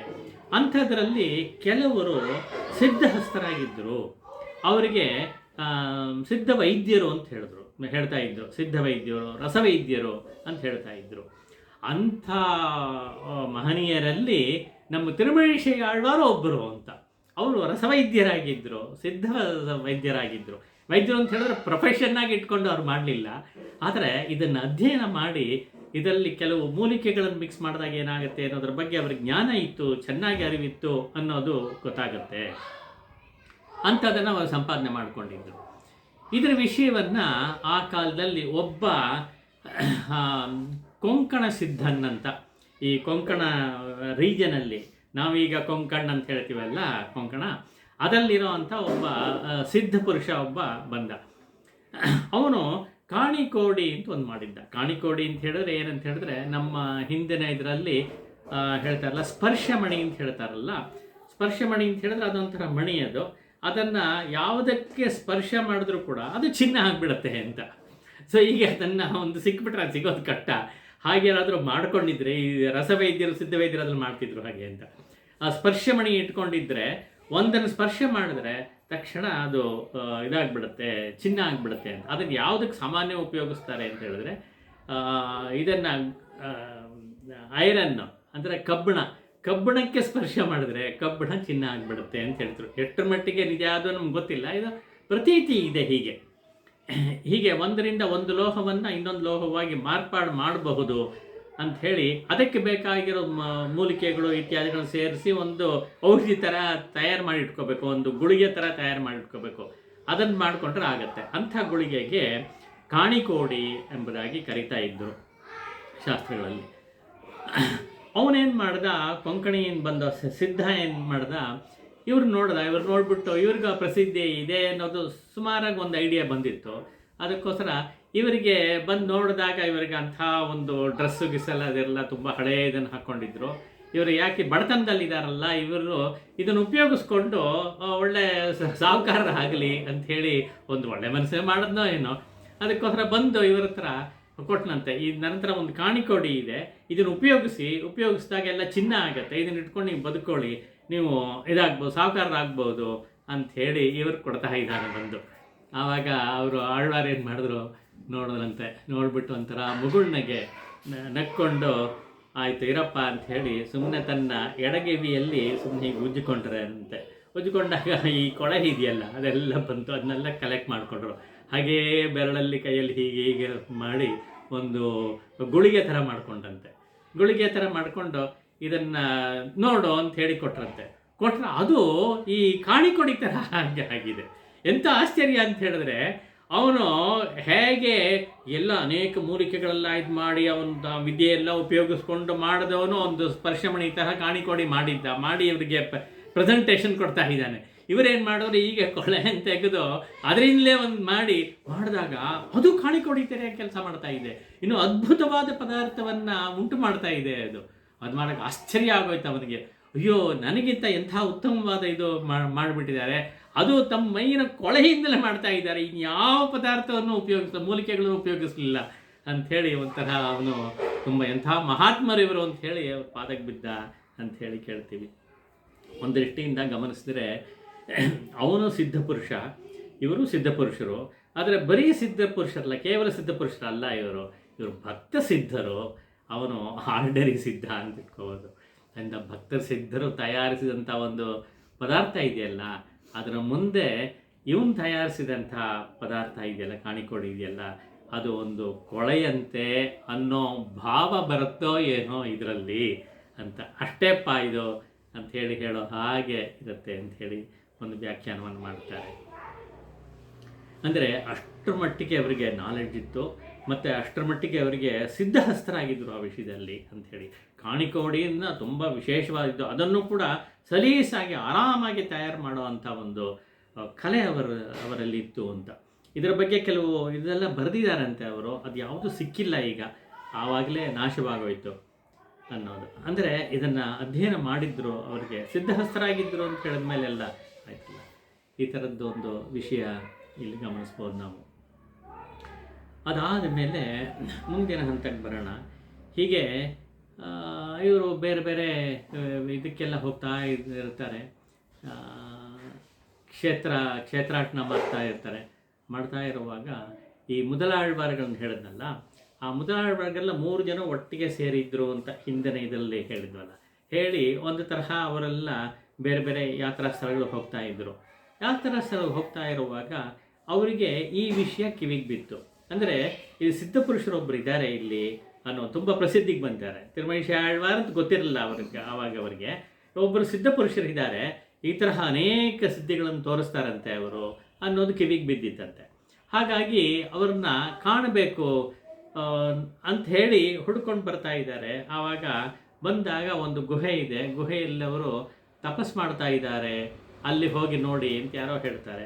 ಹಾಗಾಗಿ ಹುಡ್ಕೊಂಬಂದು ಆ ಗುಹೆಗೆ ಬರ್ತಾರಂತೆ. ಬಂದಾಗ ಇಲ್ಲಿ ಅವರು ಕುಳಿತುಕೊಂಡು ನೋಡಿದ ತಕ್ಷಣ ಮೊದಲಾಳ್ವಾರ್ಗಳಲ್ಲಿ ಪೇಯಾಳ್ವಾರ್ ಅಂತಿದಾರಲ್ಲ 3ನೇವರು, ಅವರಿಗೆ ಇವರ ಪರಿಚಯ ಚೆನ್ನಾಗಿದೆ. ಪೇಯಾಳ್ವಾರ್ ಮೂಲಕವೇ ಶಿವವಾಕ್ಯರಾಗಿದ್ದವರು ವೈಷ್ಣವರಾಗಿ ಕನ್ವರ್ಟ್ ಆಗಿದ್ದು, ಅದರಿಂದ ಅವರಿಬ್ಬರಿಗೆ ಮಾತ್ರ ಚೆನ್ನಾಗಿ ಪರಿಚಯ ಇತ್ತು. ಅದರಿಂದ ಅವ್ರು ಬಂದು ನೋಡಿದ್ರೆ ಯಾರಪ್ಪ ಇವರು ಮಹಾತ್ಮರು ಅಂತ ನೋಡಿದಾಗ, ಸಿದ್ಧಪುರುಷರು ಅಂತ ನೋಡಿದಾಗ, ತಾವು ಮೊದಲು ಶಿವವಾಕ್ಯ ಅಂತ ಯಾರನ್ನು ಕರಿತಾ ಇದ್ವೋ, ಆಮೇಲೆ ಭಕ್ತಿಸಾರರು ಯಾರು ಆಗಿದ್ರೋ ಅಂಥ ಭಕ್ತಿಸಾರರೇ ಇಲ್ಲಿದ್ದಾರೆ, ಅವ್ರ ಬಗ್ಗೆನೇ ಹೇಳ್ತಾ ಇದ್ದೀವಿ, ಅವ್ರನ್ನೇ ನಾವು ಹುಡ್ಕೊಂಬರ್ತಾ ಇದ್ದೀವಿ ಅಂತ ಹೇಳೋದು ತುಂಬ ಸಂತೋಷ ಆಗೋಯ್ತಂತೆ. ಓ ಇವರೇನ ಸಿದ್ಧಪುರುಷರು ಅಂತ ಹೇಳಿ ಹೋಗಿ ಹಾಗೇ ಆಲಿಂಗನ ಮಾಡ್ಕೊಂಡ್ಬಿಟ್ರಂತೆ ಅವ್ರನ್ನ. ತುಂಬ ಸಂತೋಷವಾಗಿ ನೀವೇನಾದು ಅಂತ. ಅಂದರೆ ಒಂದು ಕಡೆ ಭಕ್ತಿಸಾರನ ಹೆಸರು ಸಾಕ್ಷಾತ್ ಶಿವನಿಂದಲೇ ತಗೊಂಡವರೊಂದು, ಎರಡನೇದು ಸಿದ್ಧಪುರುಷರು ಆಗಿದ್ದಾರೆ, ಎರಡೂ ಅವ್ರಿಗೆ ಸೇರಿತ್ತು ಅಂಥೇಳಿ ತುಂಬ ಸಂತೋಷಪಟ್ಟು ವೀರವೈಷ್ಣವರು ಆಗಿದ್ದರು ಅಂಥೇಳಿ ಎಲ್ಲವನ್ನೂ ಹೇಳಿ ಸಂತೋಷಪಟ್ಟು ಇದು ಮಾಡ್ತಿದ್ದಂತೆ. ಆಮೇಲೆ ಇನ್ನು ಉಳಿದ ಇಬ್ಬರು ಆಳ್ವಾರ್ಗಳಿದ್ದಲ್ಲ, ಹೊಯ್ಗೆ ಆಳ್ವಾರ್ ಮತ್ತು ಭೂದತ್ತ ಆಳ್ವಾರ್ ಅಂತ, ಅವ್ರಿಗೂ ಇವರ ಬಗ್ಗೆ ಪರಿಚಯ ಮಾಡಿಕೊಟ್ಟು, ಇವರು ಹೇಗೆ ಯಾರು ಏನಂತೆಲ್ಲ ಪರಿಚಯ ಮಾಡಿಕೊಟ್ಟಿದ್ದಾಗ 4 ಜನ ಒಟ್ಟಿಗೆ ಸೇರಿಕೊಂಡು ಭಗವಂತನ ಸ್ತೋತ್ರ ಮಾಡೋಕ್ಕೆ ಶುರು ಮಾಡಿದ್ರಂತೆ. 4 ಜನ ಒಟ್ಟಿಗೆ ಸೇರುವುದು ಅನ್ನೋದು ತುಂಬ ವಿಶೇಷವಾದ ಒಂದು ಸನ್ನಿವೇಶ ಇಲ್ಲಿ. ಯಾಕೆಂದರೆ ಈ 4 ಜನ ಯಾರು ಅಂತ ಹೇಳಿದ್ರೆ, ಭಗವಂತನ 4 ಆಯುಧಗಳೇ ಅವತಾರ ಮಾಡಿ ಬಂದಿದ್ದು ಅಂತ. ಶಂಖ, ಚಕ್ರ, ಗದೆ ಮತ್ತು ಖಡ್ಗ. ಯಾರು? ಶಂಖ ಅನ್ನೋದು ಪೊಯ್ಗೆ ಆಳ್ವಾರು, ಚಕ್ರ ಅನ್ನೋದು ತಿರುಮಳಿಶಿ ಆಳ್ವಾರು ಸುದರ್ಶನ ಚಕ್ರ, ಗದೆ ಅನ್ನೋದು ಭೂದತ್ತ ಆಳ್ವಾರು, ಖಡ್ಗ ಅನ್ನೋದು ಪೇಯ ಆಳ್ವಾರು. ಈ 4 ಜನ ಅಂದರೆ ಭಗವಂತನ 4 ಆಯುಧಗಳು ಒಟ್ಟಿಗೆ ಒಂದು ಕಡೆ ಸೇರಿದ್ದು ಅನ್ನೋದು ತುಂಬ ವಿಶೇಷವಾದ ಇದು. ಅದನ್ನು ಹೇಳ್ತಾರೆ, ಭಗವಂತನಿಗೆ ಒಂದು ಆಸೆ ಇತ್ತಂತೆ, ಈ 4 ಜನರನ್ನು ಒಟ್ಟಿಗೆ ಹೇಗಾದರೂ ಮಾಡಿ ಸೇರಿಸ್ಬೇಕು ಅಂತ. ಹಾಗೆ ಮಾಡಿ ಮೊದಲು 3 ಜನ ಸೇರಿಸ್ಬೇಕು ಅಂತ ಪ್ರಯತ್ನ ಪಟ್ಟ. ಒಂದು ಇದರಲ್ಲಿ ಸೇರಿಸಿದ, ಒಂದು ಕಾರಿಡಾರಲ್ಲಿ ಸೇರಿಸಿದ್ನಲ್ಲ ಭಗವಂತ, ಸೇರಿಸಿ ತಾನೂ ಅಲ್ಲಿ ನಿಂತುಕೊಂಡು ಸಂತೋಷಪಟ್ಟ ಅಂತ ಕೇಳಿದೀವಿ. ಈಗ 4ನೇವ್ರನ್ನೂ ಸೇರಿಸ್ಬೇಕು ಅಂತ ಆಸೆ ಬಂತು ಅವನಿಗೆ, ಅಂತ 4 ಜನರನ್ನು ಸೇರಿಸ್ದ ಅನ್ನೋದನ್ನು ಕೇಳ್ತೀವಿ.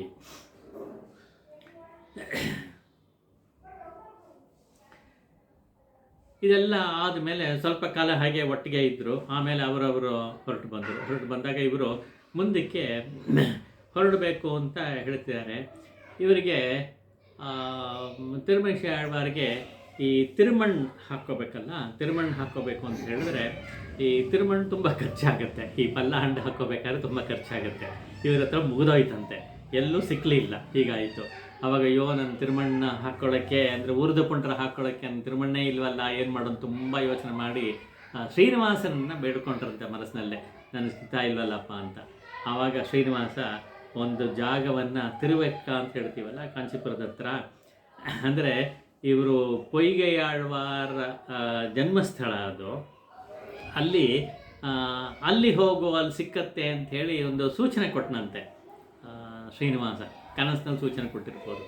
ಆವಾಗ ಅಲ್ಲಿ ಹೋದ್ರಂತೆ. ಅಲ್ಲಿ ಹೋದಾಗ ಅವನು ಹೇಳಿದ್ದ ಸ್ಥಳಕ್ಕೆ ಹೋದಾಗ ಅಲ್ಲಿ ತಿರುಮಣ ಯಥೇಚ್ಛವಾಗಿ ಸಿಕ್ಕಿದ್ದನ್ನು ಉಪಯೋಗಿಸಿ ಸಂತೋಷಪಟ್ಟರು. ಭಗವಂತನೇ ದಾರಿ ತೋರಿಸ್ಕೊಟ್ಟ, ನನಗೆ ಈ ಪದಾರ್ಥ ಕೊಟ್ಟ ಅಂತ. ಅಂದರೆ ಇದು ಭಗವಂತ ತನ್ನ ಭಕ್ತರಿಗೆ ಒಂದು ಸಹಾಯ ಮಾಡಬೇಕು ಅಂತ ಬಂದಾಗ, ಅವನು ಪ್ರಾರ್ಥನೆ ಮಾಡಿಕೊಂಡಾಗ ಅವನು ಕರುಣಿಸ್ತಾನೆ, ಅನುಗ್ರಹ ಮಾಡ್ತಾನೆ, ಹೇಗೋ ಅನುಗ್ರಹ ಮಾಡ್ತಾನೆ, ಸೂಚನೆ ಕೊಡ್ತಾನೆ, ತಿಳಿಸ್ಕೊಡ್ತಾನೆ ಅನ್ನೋದಕ್ಕೆ ಒಂದು ಉದಾಹರಣೆಯಾಗಿದೆ ಇದು. ಆಮೇಲೆ ಮುಂದಿನ ಕಾಲದಲ್ಲಿ ಭಗವದ್ ರಾಮಾನುಜರಿಗೂ ಹೀಗಾಯಿತು ಅನ್ನೋದನ್ನು ಕೇಳ್ತೀವಿ. ಆ ಕಥೆಯನ್ನು ಕೇಳೋದು ಪ್ರಸಿದ್ಧವಾದ ಕಥೆ ಅದು. ಅಲ್ಲೂ ಕೂಡ ಆ ತಿರುಮಣ್ಣು ಮುಗಿದೋಗಿರುತ್ತೆ, ಅವರಿಗೆ ಹಾಕ್ಕೊಳ್ಳೋಕ್ಕಾಗಲ್ಲ. ಆವಾಗ ಭಗವಂತನ ಪ್ರಾರ್ಥನೆ ಮಾಡಿಕೊಂಡಾಗ ಅವನು ತೋರಿಸ್ಕೊಡ್ತಾನಂತೆ, ಇಂಥ ಜಾಗದಲ್ಲಿ ಇದೆ ಅಂತ. ಈಗ ಇದು ಮೇಲ್ಕೋಟೆ ಅಂತ ಹೇಳ್ತೀವಲ್ಲ, ತಿರುನಾರಾಯಣಪುರ, ಆ ಜಾಗನ ತೋರಿಸಿ ಅಲ್ಲಿ ಸಿಕ್ಕತ್ತೆ ಹೋಗು ಅಂತ ಹೇಳಿ ಕಳಿಸ್ಕೊಡ್ತಾನೆ. ಅವ್ರು ಮೇಲ್ಕೋಟೆಗೆ ಬರಬೇಕಾಗಿತ್ತು, ಒಂದು ನೆಪ ಇದು. ಭಗವಂತ ಅದನ್ನು ಅನುಕೂಲ ಮಾಡಿಕೊಟ್ಟ, ಕಳಿಸ್ಕೊಟ್ಟ.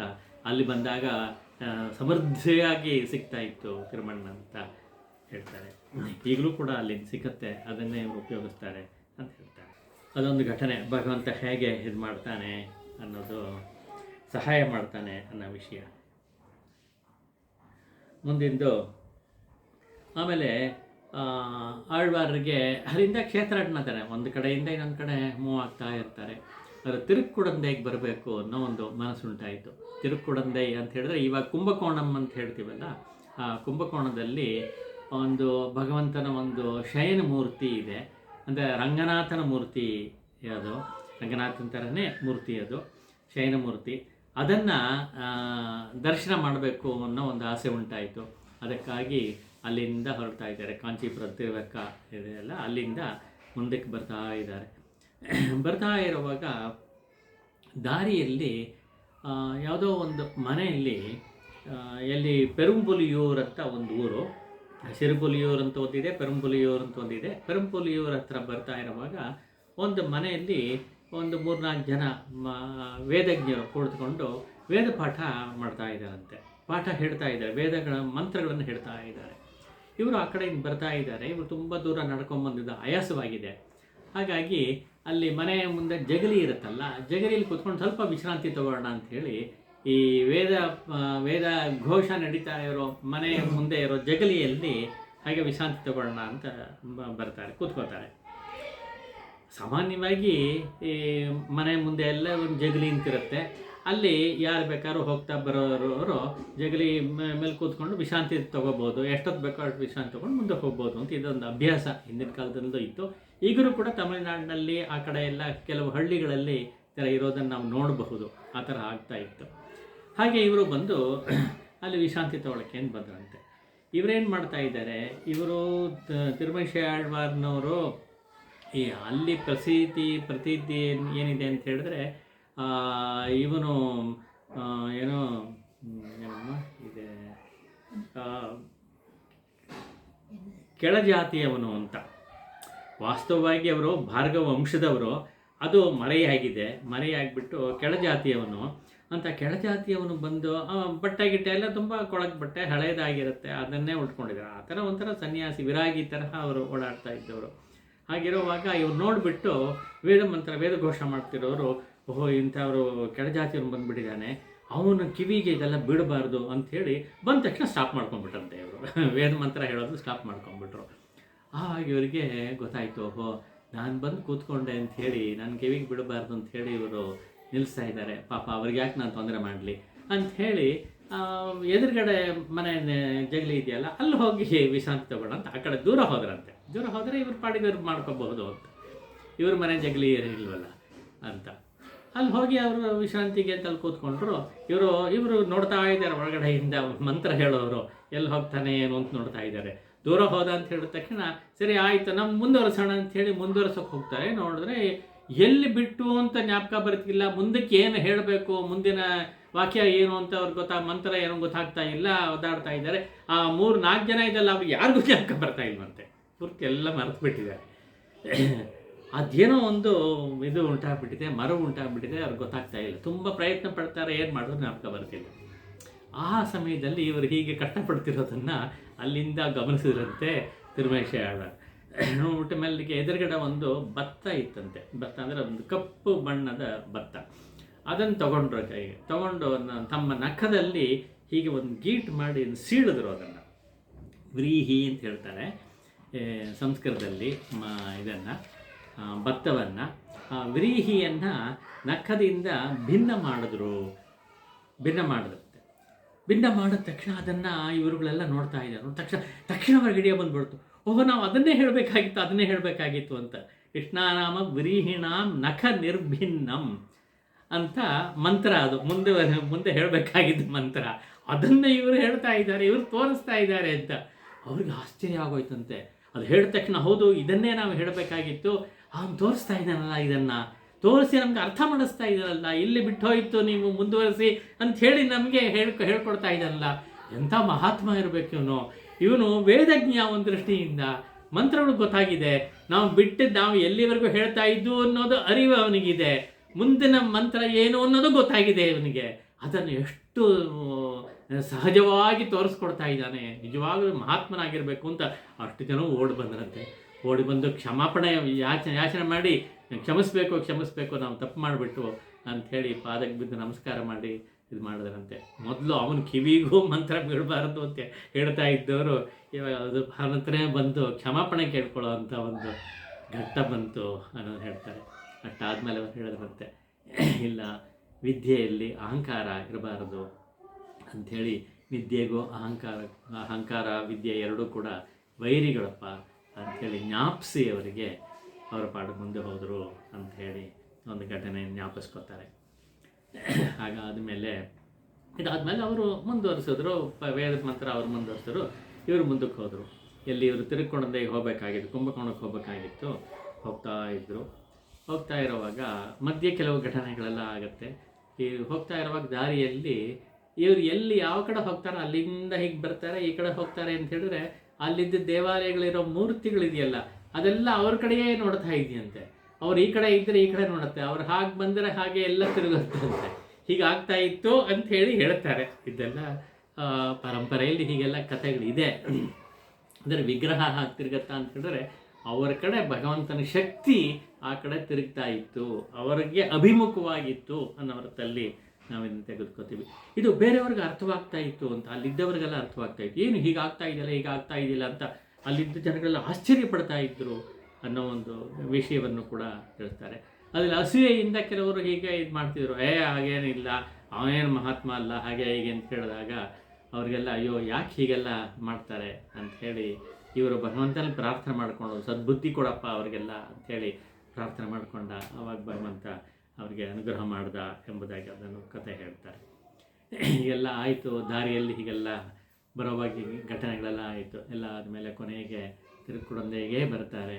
ತಿರುಕುಡಂದೆಯಲ್ಲಿ ಆರಾಮುದನ್ ಅಂತ ಹೆಸರು, ಆರಾಮುದನ್ ಅಂತ ಆಮೇಲೆ ಅವನ ಹೆಸರು ಬಂತು ಅಂತ ಹೇಳ್ತಾರೆ. ಆರಾಮುದನ್ ಅಂತ ಹೇಳಿದ್ರೆ ಎಷ್ಟು ನೋಡಿದ್ರೂ ಕೂಡ ತೃಪ್ತಿ ಆಗಲ್ಲ. ಎಷ್ಟು ಸುಂದರವಾದ ಮೂರ್ತಿ ಅದು ಅಂತ ಹೇಳಿದ್ರೆ ಎಷ್ಟು ನೋಡಿದ್ರೂ ತೃಪ್ತಿ ಆಗಲ್ಲ. ಆಸೆ ಜನಕ ಅಂತ ಸಂಸ್ಕೃತದಲ್ಲಿ ಹೇಳ್ತಾರಲ್ಲ ಹಾಗೆ ನೋಡಿದಷ್ಟು ಇನ್ನೂ ನೋಡಬೇಕು ಅಂತ ಅನ್ಸುತ್ತೆ. ಅಂಥ ಸುಂದರವಾದ ಮೂರ್ತಿ ಅದು ಅಂತ ಹೇಳ್ತಾರೆ. ಆರಾಮುದನ್ ಅಂತ ಅಮೃತಮಯವಾದ ಒಂದು ಮೂರ್ತಿ ಅಂತ ಹೇಳ್ತಾರೆ. ಅವನು ಶಯನ ಮೂರ್ತಿ, ಮಲಗಿದ್ದಾನೆ. ಆ ಮಲಗಿರೋ ಮೂರ್ತಿ ನೋಡಿದಾಗ ಇವರಿಗೆ ತುಂಬ ಇದಾಗ್ಬಿಡುತ್ತೆ, ಪ್ರಶ್ನೆ ಬಂದುತ್ತೆ. ಅಯ್ಯೋ ಯಾಕಪ್ಪ ಹೀಗೆ ಮಲಗಿದೆಯಾ ನೀನು, ಏನಾಯಿತು ಅಂಥೇಳಿ ಅದಕ್ಕೆ ವ್ಯಾಖ್ಯಾನ ಮಾಡೋಕ್ಕೆ ಶುರು ಮಾಡ್ತಾರೆ. ಅದನ್ನು ತುಂಬ ಚೆನ್ನಾಗಿದೆ, ಅದನ್ನು ಹೇಳ್ತೀನಿ. நடந்த கால்கள் நொந்தவோ நடுங்கு ஞானமேனமாய் இழந்தமே குலுங்கவோ விலங்குமால் வரைச்சுரம் கடந்த கால் பரந்த காவிரிக்கரை குடந்தையுள் கிடந்தವಾರ್ எழுந்திருந்து பேசுವಾಳಿ ಕೇಶನೇ. ತುಂಬ ಚೆನ್ನಾಗಿದೆ. நடந்த ಕಾಲ್ಗಳು ನೊಂದವೋ, ನೀನು ನಡೆದು ರಾಮಾವತಾರದಲ್ಲಿ ಹಳೆಯದು ಜ್ಞಾಪಿಸ್ಕೋತಾರೆ.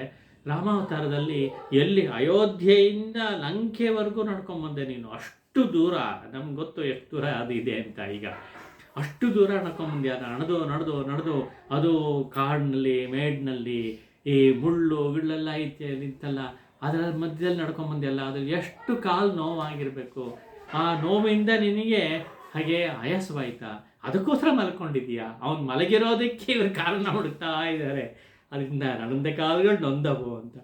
ಅಷ್ಟೇ ಅಲ್ಲ, ಇದು ಕಾಲು ನೋವಿನ ವಿಷಯ. ಆದರೆ ನಿನಗೆ ಮಲಗಿರೋದ್ರಿಂದ ನಿನಗೆ ದೇಹ ಆಯಾಸವಾಗಿರಬೇಕು. ದೇಹ ಆಯಾಸ ಯಾಕಾಯಿತು, ಹೇಗಾಯಿತು ಅಂತ ಹೇಳಿದ್ರೆ, ಹಿರಣ್ಯಾಕ್ಷನ ಸಂಹಾರ ಮಾಡಿದೆಯಲ್ಲ ನೀನು. ಹಿರಣ್ಯಾಕ್ಷ ಏನು ಮಾಡ್ದ, ಭೂಮಿಯನ್ನೇ ಹೊತ್ಕೊಂಡು ಸಮುದ್ರ ಒಳಗಡೆ ಹೊರಟಾದ. ಅವನನ್ನು ಸಂಹಾರ ಮಾಡೋಕ್ಕೆ ಹುಡುಕೊಂಡು ಹೋಗಿ ಅಲ್ಲಿ ನೀನು ಸಮುದ್ರ ಒಳಗಡೆ ಹೋಗಿ ಅವನ ಜೊತೆ ಯುದ್ಧ ಮಾಡಿ ಅವನ ಸಂಹಾರ ಮಾಡಿ ಅದನ್ನು ನಿನ್ನ ಕೋರೆ ಹಲ್ಲುಗಳ ಮೇಲೆ ಇಟ್ಕೊಂಡು ಅದನ್ನು ಹಾಗೆಯೇ ಹೊತ್ಕೊಂಬಂದಿಯಲ್ಲ.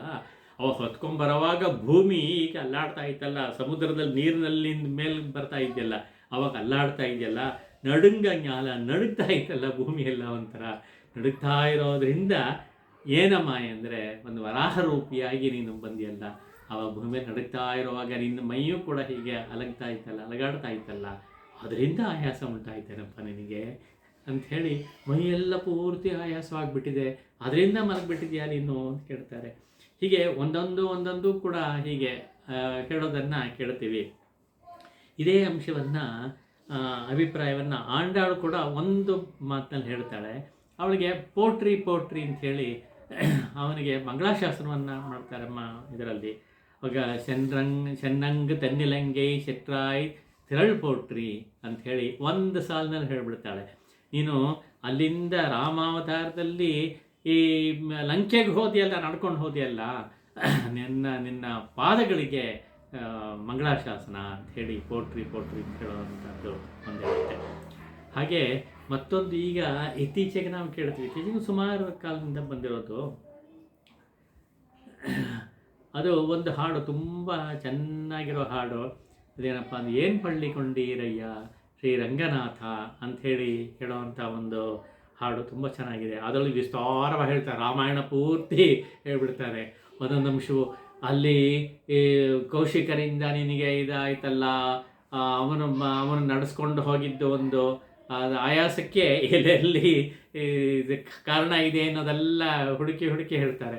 ಆಮೇಲೆ ಆ ತಾಟಕೆ ಜೊತೆಯಲ್ಲಿ ಯುದ್ಧ ಮಾಡಿ ಅವಳನ್ನ ಸಂಹಾರ ಮಾಡಿದೆಯಲ್ಲ, ಅದರಿಂದ ಆಯಾಸ ಆಯ್ತಾ ನನಗೆ. ಶಿವಧನುಸನ್ನು ಮುರಿದಿಯಲ್ಲ, ಅದರಿಂದ ಆಯಾಸ ಆಗಿರ್ಬೇಕು ನಿನಗೆ ಅಲ್ವಾ ಅಂಥೇಳಿ ಒಂದಾಗಿ ಹೇಳ್ತಾ ಬರೋದು. ಪೂರ್ತಿ ರಾಮಾಯಣ ಎಲ್ಲ ಹೇಳ್ಬಿಡ್ತಾರೆ. ಅಷ್ಟು ಹೇಳಿ ರಾಮನ ವಿಷಯ ಹೇಳಿದ ಹಾಗೆ ಆಮೇಲೆ ಕೃಷ್ಣನ ವಿಷಯವನ್ನು ತಗೋತಾರೆ. ಕೃಷ್ಣ ಬಾಲ್ಯದಲ್ಲೇ ಎಂಥ ಸಾಹಸ ಕಾರ್ಯಗಳನ್ನು ಮಾಡಿದೆ, ಒಂದೊಂದು ಕೂಡ ಅದ್ಭುತವಾದ ಸಾಹಸ ಕಾರ್ಯ. ಅದ್ರಲ್ಲಿ ಎಷ್ಟು ಆಯಾಸ ಆಗಿರ್ಬೇಕು ನಿನಗೆ ಅಂಥೇಳಿ, ಅದಕ್ಕೋಸ್ಕರ ಮಲಗಿದೆಯಾ ನೀನು ಅಂತ ಹೇಳೋ ಹಾಗೆ ತುಂಬ ಚೆನ್ನಾಗಿದೆ. ಅದು NC ವಸಂತ ಕೋಕಿಲಮ್ಮನವರು ಏನು ಪಳ್ಳಿಕೊಂಡಿರಯ್ಯ ಅನ್ನೋ ತುಂಬ ಚೆನ್ನಾಗಿ ಹೇಳಿದ್ದಾರೆ. ತುಂಬ ಚೆನ್ನು ಅಂತ ಹೇಳಿ ನಮಗೂ ಕೇಳೋಕ್ಕೆ ಚೆನ್ನಾಗಿದೆ ಅನ್ನೋದು ಚೆನ್ನಾಗಿ ಗೊತ್ತಾಗತ್ತೆ. ಮತ್ತು ನಮ್ಮ ಶ್ರೀರಂಗ ಗುರು ಭಗವಂತರಿಗೆ ತುಂಬ ಇಷ್ಟವಾಗಿತ್ತು ಇದ್ದಂಥ ಹಾಡುಗಳಲ್ಲಿ ಅದು ಒಂದು ಅನ್ನೋದನ್ನು ಜ್ಞಾಪಿಸ್ಕೊತೀನಿ. ಇದು ಒಂದು ವಿಷಯ. ಆದರೆ ಅಷ್ಟಕ್ಕೆ ಆಳ್ವಾರು ನಿಲ್ಲಿಸಲಿಲ್ಲ. ಇಷ್ಟೆಲ್ಲ ಆಯಾಸ ಆಗಿಬಿಟ್ಟಿದೆಯಲ್ಲಪ್ಪ, ಏನು ನಾನು ಇಷ್ಟೆಲ್ಲ ಹೇಳ್ತಾ ಇದ್ದೀನಿ ನಿನಗೆ, ನಂತರ ಏನು ಮಾತೇ ಆಡಲ್ವಾ ನೀನು, ಹೀಗೆ ಸುಮ್ಮನೆ ಮಲಗಿದೆಯಲ್ಲ, ಎದ್ದು ಕೂತ್ಕೊಂಡು ಮಾತಾಡು. ಎದ್ದು ಕೂತ್ಕೊಂಡು ಅಲ್ಲ, ಎದ್ದು ಮಲಗಿರೋ ಒಂದು ಸ್ವಲ್ಪ ಒಂಚೂರಾದರೂ ಎದ್ದು ನನ್ನ ಹತ್ರ ಮಾತಾಡಬಾರ್ದಾ ಅಂಥೇಳಿ ಪ್ರಾರ್ಥನೆ ಮಾಡ್ಕೋತಾರೆ. ಭಗವಂತ ಪ್ರಾರ್ಥನೆ ಮಾಡ್ಕೊಂಡ ತಕ್ಷಣ ಭಗವಂತನಲ್ಲಿ ಭಗವಂತ ಎದ್ದು ಬಿಡ್ತಾನಂತೆ. ಎದ್ದು ಬಿಡ್ತಾನೆ. ಇವ್ರಿಗೆ ಆಶ್ಚರ್ಯ ಆಗ್ಬಿಡುತ್ತೆ. ಅಯ್ಯೋ, ನಾನು ಕೇಳಿದೆ ಅಂತ ಹೇಳಿ ಭಕ್ತನಿಗಾಗಿ ಹೀಗೆ ಹೇಳ್ತೀಯಲ್ಲಪ್ಪ ನೀನು, ನಿನಗೆ ತೊಂದರೆ ಕೊಟ್ಬಿಟ್ನಲ್ಲಪ್ಪ. ಆವಾಗ ಅನ್ಸುತ್ತೆ ಅವರಿಗೆ, ನಿನಗೆ ಇಂಥ ತೊಂದರೆ ಕೊಡ್ಬೋದಾ ನಾನು ಅಂಥೇಳಿ, ಅಯ್ಯೋ ಬೇಡಪ್ಪ, ಹಾಗೇ ಇರಪ್ಪ, ನೀನು ವಿಶ್ರಾಂತಿಯಲ್ಲಿರಪ್ಪ ಅಂಥೇಳಿ ಮತ್ತೆ ಪ್ರಾರ್ಥನೆ ಮಾಡ್ಕೋತಾರೆ. ಆವಾಗ ಎದ್ದು ಬಿಡ್ತಾನೆ ಅವನು ಅಂಥೇಳಿ ಸ್ವಲ್ಪ ಅವನು ಮಲಗಿರೋದನ್ನು ಒಂಚೂರು ಮೇಲೆ ಎದ್ದಿರೋ ಅಂಥ ಒಂದು ಮುದ್ರೆ ಅಲ್ಲಿ ಕಾಣಿಸುತ್ತೆ. ಅದು ಪ್ರೆಸೆಂಟ್ ಮಾಡಬಹುದು. ಈ ಪ್ರೆಸೆಂಟೇಷನ್ ಯಾರೂ ಇಲ್ಲ. ಒಂದು ಕಾಣಿಸ್ತೀರಿ ಅಥವಾ ಬುಕ್ಕಲ್ಲಿದೆ, ಅದೊಂದು ಚಿತ್ರ. ಸ್ವಲ್ಪ ಕ್ಲೋಸಾಗಿ ಗಮನಿಸಿದ್ರೆ ಅವನು ನಾರ್ಮಲ್ ಮಲಗೋದಕ್ಕಿಂತ ಒಂಚೂರು ಮೇಲೆ ಎದ್ದಿದ್ದಾನೆ ಅನ್ನೋದು ಗೊತ್ತಾಗುತ್ತೆ. ಈ ರೀತಿ ತೋರಿಸ್ತೀನಿ. ಇಲ್ಲಿ ಚಿತ್ರ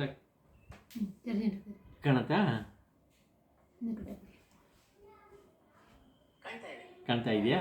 ಅಲ್ಲಿ ನೋಡಿ, ಅವನ ಶಿರಸ್ಸು ಒಂದು ಸ್ವಲ್ಪ ಮೇಲೆ ಬಂದಿದೆ. ನಾರ್ಮಲ್ಲಾಗಿ ಇನ್ನು ಕೆಳಗೆ ಇರುತ್ತೆ, ಸ್ವಲ್ಪ ಫ್ಲ್ಯಾಟ್ ಆಗಿರುತ್ತೆ. ಒಂಚೂರು ಎದ್ದಿರೋ ಹಾಗಿದೆ. ಎದ್ದಿರೋದನ್ನು ಇವರಿಗಾಗಿ ಎದ್ದ ಅಂಥೇಳಿ ಹೇಳ್ತಾರೆ. ಇರಲಿ, ಅಂದರೆ ಪೂರ್ಣ ಭಕ್ತನೇ ಆಗಿಬಿಟ್ರೆ ಭಗವಂತನ ಜೊತೆ ನೇರವಾಗಿ ಮಾತಾಡ್ತಾರೆ ಅವರು ಅಂತ ಮಾತಾಡ್ತಾರೆ. ಇವ್ರು ಕೇಳಿದ್ದನ್ನು ಅವನು ಕೊಟ್ಟು ಬಿಡ್ತಾನೆ. ತಕ್ಷಣ ಅವನು ಅನುಗ್ರಹಿಸ್ಬಿಟ್ನಲ್ಲ ಅಂಥೇಳಿ ಇವರಿಗೆ ಇನ್ನೂ ಇದಾಗ್ಬಿಡುತ್ತೆ. ಒಂದು ಕಡೆ ಸಂತೋಷ ಆಗುತ್ತೆ, ಇನ್ನೊಂದು ಕಡೆ ಅಯ್ಯೋ ನನ್ನಿಂದ ಅವನು ತೊಂದರೆ ಆಗ್ತಾ ಇದೆಯಲ್ಲ ಅಂತ ಅದೊಂದು ಭಾವ ಉಕ್ಕಿ ಬರುತ್ತೆ. ಎರಡೂ ಮಿಕ್ಸ್ ಆಗಿ ಬರ್ತಾ ಇರೋದನ್ನು ಈ ಆಳ್ವಾರು ಚೆನ್ನಾಗಿ ನಾವು ನೋಡಬಹುದು. ಎಲ್ಲ ಆಳ್ವಾರುಗಳಲ್ಲೂ ಇದೆ, ವಿಶೇಷವಾಗಿ ಇಲ್ಲಿ ಅಲ್ಲಿ ಬಂದಿರೋವಂಥ ಒಂದು ವಿಷಯ. ಹಾಗಾಗಿ ಇದನ್ನು ಸಂಸ್ಕೃತದಲ್ಲಿ ಉತ್ತಾನಶಾಹಿ ಅಂತ ಕರೀತಾರೆ. ಅಂಥ ತಿರುಕೋಲಂ, ಉತ್ತಾನಶಾಹಿ ತಿರುಕೋಲಂ ಅಂಥೇಳಿ ಕರೀತಾರೆ ಇದನ್ನು. ನೀವು ಸ್ವಲ್ಪ ತಲೆ ಮೇಲೆ ಎದ್ದಿರೋ ಅಂಥ ಒಂದು ಮೂರ್ತಿ ಎಂಬುದಾಗಿ. ರಂಗನಾಥ ಮೂರ್ತಿ ಕುಂಭಕೋಣದಲ್ಲಿ ತುಂಬ ವಿಶೇಷವಾಗಿರೋದು ರಾಮಸ್ವಾಮಿ ದೇವಾಲಯ ಅಂತೊಂದು, ಅದರಲ್ಲಿ ಅದು ಒಂದು. ಅಲ್ಲಿಂದ ಇನ್ನೂ ಈ ಕಡೆ ಬಂದರೆ ಆರಾಮುದರ್ ಅಂಥೇಳಿ ಒಂದು ಸನ್ನಿಧಿ ತುಂಬ ಚೆನ್ನಾಗಿದೆ. ಅದಕ್ಕೆ ಎದುರುಗಡೆ, ಆ ಸನ್ನಿಧಿಗೆ ಎದುರುಗಡೆ ಗರುಡಾಳ್ವಾರಿದ್ದಾರೆ. ಅದು ಕೂಡ ತುಂಬ ಚೆನ್ನಾಗಿದೆ, ದೊಡ್ಡದು ಗರುಡಾಳ್ವಾರ. ಅದು ಕೂಡ ತುಂಬ ಚೆನ್ನಾಗಿದೆ. ಆ ಕಡೆ ಹೋದಾಗ ಅದನ್ನು ದರ್ಶನ ಮಾಡಬೇಕು.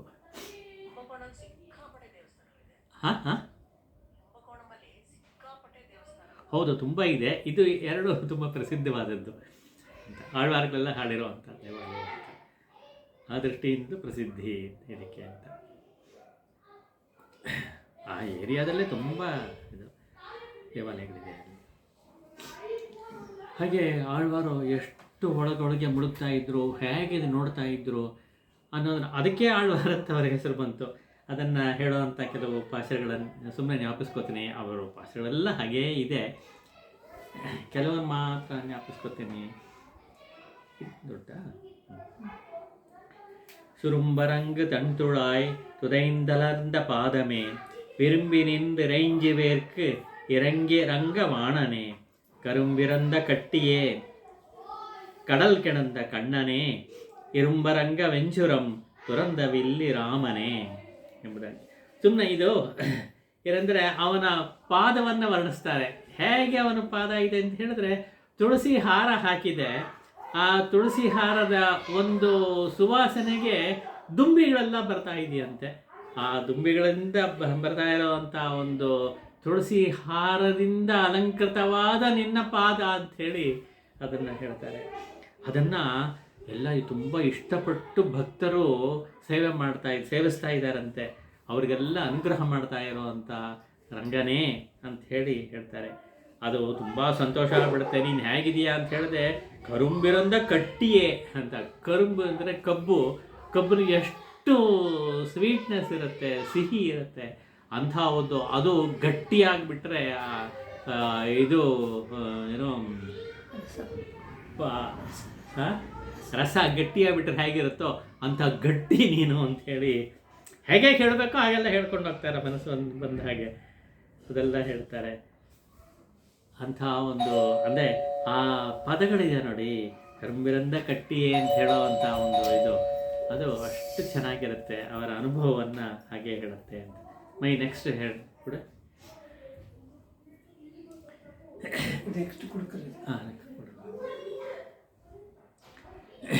ಎಲ್ಲವೂ ನೀನೇ ಅಂತ ಹೇಳೋ ಅಂಥ ಮಾತುಗಳು ತುಂಬ ಬರುತ್ತೆ ಇವರದರಲ್ಲಿ. ಭಗವಂತನ ಕೊಂಡಾಡ್ತಾರೆ. ಎಷ್ಟು ಕೊಂಡಾಡಿದ್ರೂ ಅವರಿಗೆ ತೃಪ್ತಿ ಇಲ್ಲ. ಕುಡುಂಬ ನಂಬರ್ ತೆರೆಯೋದಕ್ಕೆ உளன் கண்டாய் நன்னஞ்சே உத்தமனென்றும் உடன் கண்டாய் உள்ளுவார் உள்ளத்துடன் கண்டாய் தன்னொப்பான் தானாயுடன் காண்மின் ಕಾಣ್ ತಮಿಯೇರ್ಕುಂ ಎನ್ನೊಪ್ಪಾರ್ ಈಶನಿಮೈ ಅಂತ. ಉಳನ್ ಕಂಡಾಯ್ ನನ್ನಂಜೆ ಅಂತ ಹೇಳಿದ್ರೆ, ತನ್ನ ಒಂದು ಮನಸ್ಸನ್ನು ಹೃದಯವನ್ನು ಅಡ್ರೆಸ್ ಮಾಡಿ ಹೇಳ್ತಾ ಇದ್ದಾರೆ. ನಾನು ನಿಜವಾಗ್ಲೂ ನೋಡಿದೆ ಅಂತ ಹೇಳ್ತಾರೆ. ಉತ್ತಮನಾಗಿರೋ ಅಂಥ ನಿನ್ನನ್ನು ನಿಜವಾಗಿ ನಾನು ನೋಡಿದೆ, ನನ್ನ ಒಳಗೆ ನೋಡಿದೆ. ನಾನು ನೋಡಿದ್ದಷ್ಟೇ ಅಲ್ಲ, ಇನ್ನು ಯಾರ್ಯಾರು ಧ್ಯಾನದಲ್ಲಿ ಚೆನ್ನಾಗಿ ಮುಳುಗಿರ್ತಾರೋ ಉಳ್ಳತ್ತುಳ್ ಕಂಡಾಯ್ ಉಳನ್ ಕಂಡಾಯ್, ಯಾರ್ಯಾರು ಧ್ಯಾನದಲ್ಲಿ ಆಳವಾಗಿ ಮುಳುಗಿರ್ತಾರೋ ಅವ್ರ ಒಳಗೆಲ್ಲ ಅವ್ರ ಹೃದಯದೆಲ್ಲ ನೀನು ಕಾಣ್ತಾ ಇದೆಯಪ್ಪ ನೀನು ಅಂತ. ತಾನು ನೋಡೋದಷ್ಟೇ ಅಲ್ಲ, ಉಳಿದವ್ರಿಗೂ ಕೂಡ ಕಾಣ್ತಾ ಇದೆಯಪ್ಪ ನೀನು. ತನ್ನಪ್ಪ ತಾನಾಯ್ ಉಡನ್ ಕಾಣ್ಮಿನ್ ಅಂತ. ನನ್ನಂತೆ ಇರೋವ್ರಿಗೆ ಯಾರ್ಯಾರಿದ್ದಾರೋ ಎನ್ನೊಪ್ಪಾರ್ಕ್ ಈಶನಿಮೈ, ನನ್ನಂತೆ ಯಾರಿದ್ದಾರೋ ಅವ್ರಿಗೆಲ್ಲ ಕಾಣಿಸ್ತಾ ಇದೆಯಾ ನೀನು, ಕಾಣಿಸ್ತೀಯಾ ಅಂಥೇಳಿ ತಾನು ನಿಜವಾಗ್ಲೂ ನೋಡಿದೆ ಅಂತ ಹೇಳೋ ಅಂಥ ಒಂದು ಪಾಶರ ಇದು. ಅಂದರೆ ಸ್ಪಷ್ಟವಾಗಿ ತನ್ನ ಹೃದಯದ ಒಳಗಡೆ ನೋಡಿ ಸಂತೋಷಪಟ್ಟಂಥ ಆಳ್ವಾರಿವರು ಅನ್ನೋದನ್ನು ಇಲ್ಲಿ ಈ ಒಂದು ಪಾಶರದಿಂದ ಗಮನಿಸಬಹುದು. ಅನೇಕ ಪಾಶರಗಳಿದೆ. ಇನಿಯರಿಂದೇ ನೀಶರ್ಕುಂ ನಾನ್ಮುಹರ್ಕುಂ ದೈವಂ ಇನಿಯರಿಂದೇನ್ ಎಂಬೆರುಮಾನ್ ಉನ್ನೈ ಇನಿಯರಿಂದೇನ್ ಕಾರಣನ್ನೀ ಕಟ್ರವೈನಿ ಕರ್ಪವೈನಿ ನರ್ಕಿರಿಶೈ ನಾರಣನ್ನೀ ನನ್ಗರಿಂದೇ ನಾನ್. ಎಷ್ಟು ಚೆನ್ನಾಗಿ ಸ್ಪಷ್ಟವಾಗಿ ಹೇಳ್ಬಿಡ್ತಾರೆ ನೋಡಿ. ಎಂಥ ಭಗವಂತ ನೀನು, ನಿನ್ನನ್ನು ನಾನು ಅರ್ಥ ಮಾಡಿಕೊಂಡೆಪ್ಪ, ನಾನು ಚೆನ್ನಾಗಿ ದರ್ಶನ ಮಾಡಿಕೊಂಡೆಪ್ಪ, ಸಾಕ್ಷಾತ್ಕಾರ ಮಾಡಿಕೊಂಡೆಪ್ಪ. ನೀನು ಯಾರು ಅಂತ ಹೇಳಿದ್ರೆ ಈಶ ಪರಮಶಿವ ಮತ್ತು ಚತುರ್ಮುಖ ಬ್ರಹ್ಮ, ಅವ್ರಿಗೆಲ್ಲ ದೈವ ನೀನು ಅನ್ನೋದನ್ನು ಇನಿಯರಿಂದೆ ನಾನು ಚೆನ್ನಾಗಿ ಈಗ ತಿಳ್ಕೊಂಡೆ. ನೀನೇಪ್ಪ ಮೊದಲಿಗ ಅವ್ರನ್ನೆಲ್ಲ ಸೃಷ್ಟಿ ಮಾಡಿದವನು, ಅವರೆಲ್ಲ ಕೂಡ ನಿನ್ನಿಂದಲೇ ಬಂದವರು ಅನ್ನೋದನ್ನು ಅರ್ಥ ಮಾಡಿಕೊಂಡೆ. ಅಷ್ಟೇ ಅಲ್ಲ, ಎಲ್ಲದಕ್ಕೂ ಕಾರಣ ನೀನೇ ಅಂತ. ಈ ಕಾರಣ ಕಾರ್ಯ ಭಾವ ಇದೆಯಲ್ಲ, ಕಾರ್ಯ ಅನ್ನೋದು ವಿಶ್ವವೆಲ್ಲ ಕಾರ್ಯವಾಗಿದ್ದರೆ ಅದಕ್ಕೆ ಕಾರಣ ಯಾರು? ಭಗವಂತ ಅಂತ. ವಿಶ್ವಕ್ಕೆಲ್ಲ ಕಾರಣ ಆಗಿರೋ ಭಗವಂತ ನೀನೇ ಅನ್ನೋದನ್ನು ನಾನು ಅರ್ಥ ಮಾಡಿಕೊಂಡೆ. ನಾನು ಇಲ್ಲಿವರೆಗೂ ಏನೇನು ಓದಿದ್ದೀನೋ, ಓದೋಕ್ಕೆ ಬೇಕಾದ ಶಾಸ್ತ್ರಗಳನ್ನು ಅಧ್ಯಯನ ಮಾಡಿದ್ದೀನೋ, ಅದಕ್ಕೆಲ್ಲವೂ ಕೂಡ ಮೂಲನಾಗಿರೋವನು ಯಾರಪ್ಪ ಅಂತ ಹೇಳಿದ್ರೆ ನೀನು ಆ ವಿಷಯಗಳೆಲ್ಲ ನೀನೇ ಆಗಿದೆಯಾ. ಇನ್ನು ಮುಂದೆ ಏನೇನು ನಾನು ಅಧ್ಯಯನ ಮಾಡಬೇಕು ಅಂತೀನೋ ಅದರಲ್ಲೂ ನೀನೇ ಇದೆಯಾ ಅಂತೆ. ಯಾವ್ಯಾವ ಒಂದು ಕ್ರಿಯೆಗಳನ್ನು ಮಾಡ್ತೀವೋ, ಕರ್ಮಗಳನ್ನು ಮಾಡ್ತೀವೋ ಅದಲ್ಲೆಲ್ಲ ನೀನೇ ಇದೆಯಪ್ಪ ಅಂಥೇಳಿ ಕಿರಿಶೈ ನಾರಾಯಣನ್ನಿ, ಎಲ್ಲದರಲ್ಲೂ ನಾರಾಯಣನಾಗಿರೋ ನೀನೇ ಇದೆಯಾ ಅನ್ನೋದನ್ನು ನನಗರಿಂದೆ ನಾನು ಚೆನ್ನಾಗಿ ತಿಳ್ಕೊಂಡಿದ್ದೀನಿ. ನೀನೇ ಎಲ್ಲವೂ ಸಕಲವು ಅನ್ನೋದನ್ನು ಮತ್ತೆ ಮತ್ತೆ ಒತ್ತಿ ಒತ್ತಿ ಹೇಳ್ತಾ ಇರೋವಂಥ ಭಾಷೆಗಳು ಅನೇಕ ಇದೆ. ಇದು ಸ್ಯಾಂಪಲ್ಗೆ ಕೆಲವನ್ನು ಹೇಳ್ತಾ ಇದ್ದೀನಿ. ಅಂಥ ಆಳ್ವಾರ್ ಆಗಿರೋರು ಕೊನೆಗಾಲದಲ್ಲಿ ಅವರು ತುಂಬ ಅಲ್ಲೇ ಕುಂಭಕೋಣದಲ್ಲೇ ತಿರುಕುಳದಲ್ಲಿ ಬಹಳ ಕಾಲ ವಾಸ ಮಾಡಿದ್ರು ಅನ್ನೋದನ್ನು ಹೇಳ್ತಾರೆ. ಇರುವಾಗ ಕೊನೆ ಕಾಲದಲ್ಲಿ ಅವರಿಗೆ ಆಹಾರ ಅದೆಲ್ಲ ಇರಲಿಲ್ಲ, ಸರಿಯಾಗಿ ಸಿಕ್ಕಲಿಲ್ಲ. ಅವರು ಪರಿವ್ರಾಜಕರಾಗಿ ಸಿಕ್ಕಲಿಲ್ಲ, ತುಂಬ ಹಸಿವಿನಲ್ಲಿ ಬಳಲಿ ಹೋಗ್ತಾ ಇದ್ದರು. ಇದು ಒಂದು ಕಡೆ ಆದರೆ ಆರಾಮದನ ಸೇವೆಯನ್ನು ಅವರು ಮಾಡ್ತಾ ಇರುವಾಗ ಭಗವಂತನಿಗೆ ನೈವೇದ್ಯ ಬೇಕು. ಅರ್ಚಕರು ಹೋಗಿ ನೈವೇದ್ಯಕ್ಕೆ ಅಂಥೇಳಿ ಎಲ್ಲ ಮಾಡಿರೋದೆಲ್ಲ ತೊಗೊಂಡೋಗಿ ನಿವೇದನೆ ಮಾಡ್ತಾ ಇದ್ದಾರೆ. ನಿವೇದನೆ ಮಾಡೋ ಒಂದು ದಿವಸ ಭಗವಂತ ಅದನ್ನು ಸ್ವೀಕರಿಸಲಿಲ್ಲ ಅನ್ನೋದು ಅರ್ಚಕರಿಗೆ ಗೊತ್ತಾಗ್ತಾ ಇದೆ. ಅದು ಹಾಗೆ ಅವರು ಕೊಡ್ತಾ ಇದ್ದಿದ್ದು, ಅವನು ಸ್ವೀಕರಿಸ್ತಾ ಇದ್ದಿದ್ದು ಹೀಗೆ ನಡೀತಾ ಇತ್ತು ಒಂದು ಕಾಲದಲ್ಲಿ. ಭಕ್ತರ ಸಮೂಹ ಅದು, ಭಾಗವತರ ಸಮೂಹ ಅದು. ಹಾಗಿದ್ದಾಗ ಮಾಡ್ತಾ ಇಲ್ಲ. ಆದರೆ ಭಗವಂತ ಇಂಡಿಕೇಶನ್ ಕೊಡ್ತಿದ್ದು ಯಾತಕ್ಕೋಸ್ಕರ ಸ್ವೀಕರಿಸ್ತಾ ಇಲ್ಲ ಅನ್ನೋದನ್ನು ಹೇಳ್ತಾ ಇದ್ದಾನಂತೆ. ಏನಂತ ನನ್ನ ಭಕ್ತ ಅಲ್ಲಿ ಹಸಿರುವಿಂದ ನರಳ್ತಾ ಇದ್ದಾನೆ, ಅವನಿಗಿಲ್ಲದೆ ನಾನು ಹೇಗೆ ತಗೊಳ್ಳೋದು ಅಂಥೇಳಿ ಸೂಚನೆ ಕೊಟ್ಟನಂತೆ. ಆ ಸೂಚನೆ ಕೊಟ್ಟ ತಕ್ಷಣ ಅಲ್ಲಿ ಹೋಗಿ ತೊಗೊಂಡೋಗಿ ಕೊಡಿಯಲ್ಲಿ ಅಂತ ಭಗವಂತ ಸೂಚನೆ ಕೊಟ್ಟಾಗ ಇವರೆಲ್ಲ ಹಾಗೇ ಶಿರಸಾವಹಿಸಿ ಭಗವಂತನ ಆಜ್ಞೆ ಅಂಥೇಳಿ ತೊಗೊಂಡೋಗಿ ಅವರಿಗೆ ಕೊಟ್ಟರಂತೆ. ಕೊಟ್ಟಾಗ ಅವರು ಕೂಡ ಸ್ವೀಕರಿಸಿದ ಮೇಲೆ ಉಳಿದಿದ್ದನ್ನು ಇಲ್ಲಿ ತೊಗೊಂಬರ್ತಾ ಇದ್ದಾರೆ. ಆವಾಗ ನಿವೇದನೆ ಮಾಡ್ತಾ ನೀನು ಹೇಳಿದಂತೆ ಮಾಡಿದಪ್ಪ ನಾವು ಅಂತ ಹೇಳಿದಾಗ ಆಮೇಲೆ ಸ್ವೀಕರಿಸ್ತಾರೆ ಭಗವಂತ ಅಂತ.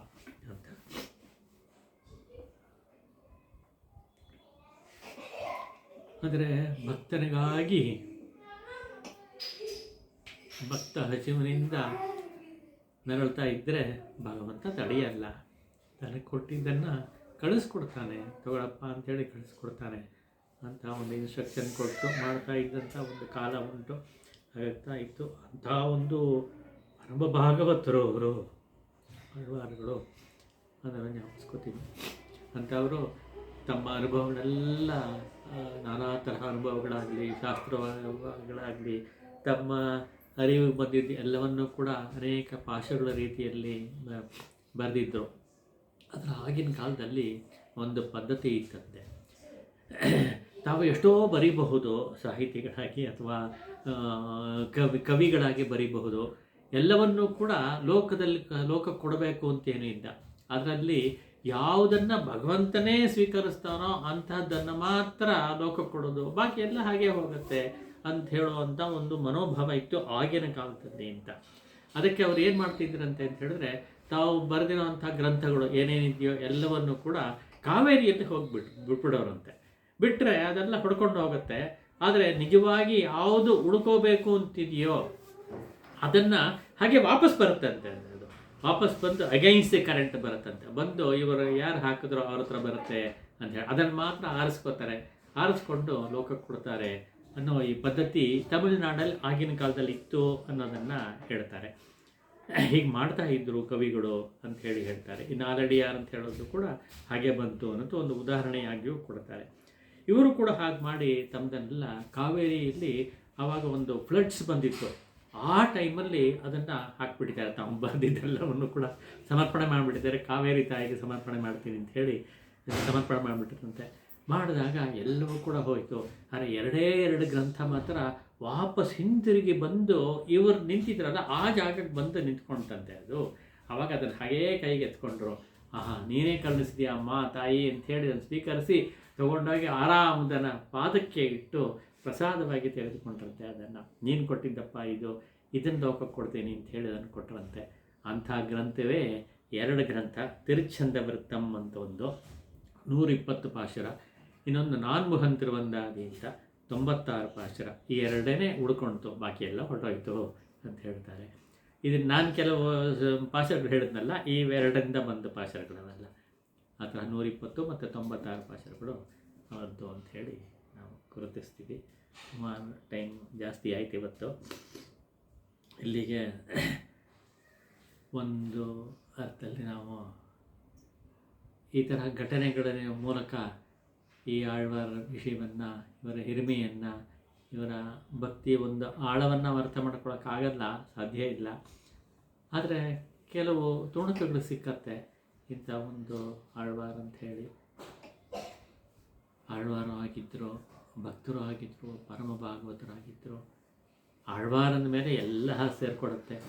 ಅದರ ಜೊತೆಗೆ ವಿದ್ವಾಂಸರು ಆಗಿದ್ದರು, ಯೋಗಿಗಳಾಗಿದ್ದರು, ಪರಿವ್ರಾಜಕರಾಗಿದ್ದರು. ಹಾಗೆಯೇ ಶಿವನ ವಿಷಯದಲ್ಲೂ ಕೂಡ ಅನೇಕ ಪಾಶರಗಳನ್ನು ಮಾಡಿದ್ದಾರೆ. ಅದರದ್ದು ಯಾವುದೂ ಉಪಲಬ್ಧವಿಲ್ಲ ಅನ್ನೋದು ಗೊತ್ತಾಗುತ್ತೆ. ಆ ತರಹ ಬಹಳ ಉನ್ನತವಾದ ಒಂದು ಸ್ಥಿತಿಯಲ್ಲಿ ಇದ್ದು ನಮಗೆಲ್ಲ ಭಗವಂತನ ಅನುಗ್ರಹವನ್ನು ಪಡ್ಕೊಂಡು ನಮಗದನ್ನು ಹಂಚ್ತಾ ಇರುವಂಥ ಆಳ್ವಾರರಿಗೆ ಮತ್ತು ಯಾವನ ವಿಷಯದಲ್ಲಿ ಭಗವಂತನಿಗೂ ಕೂಡ ತುಂಬ ವಿಶೇಷವಾದ ಪ್ರೀತಿ ಇತ್ತು ಅಂತ ಆಳ್ವಾರಿಗೂ ಭಗವಂತನಿಗೂ ಕೂಡ ಈ ಮಾತುಗಳನ್ನು ಅರ್ಪಣೆ ಮಾಡ್ತೇವೆ.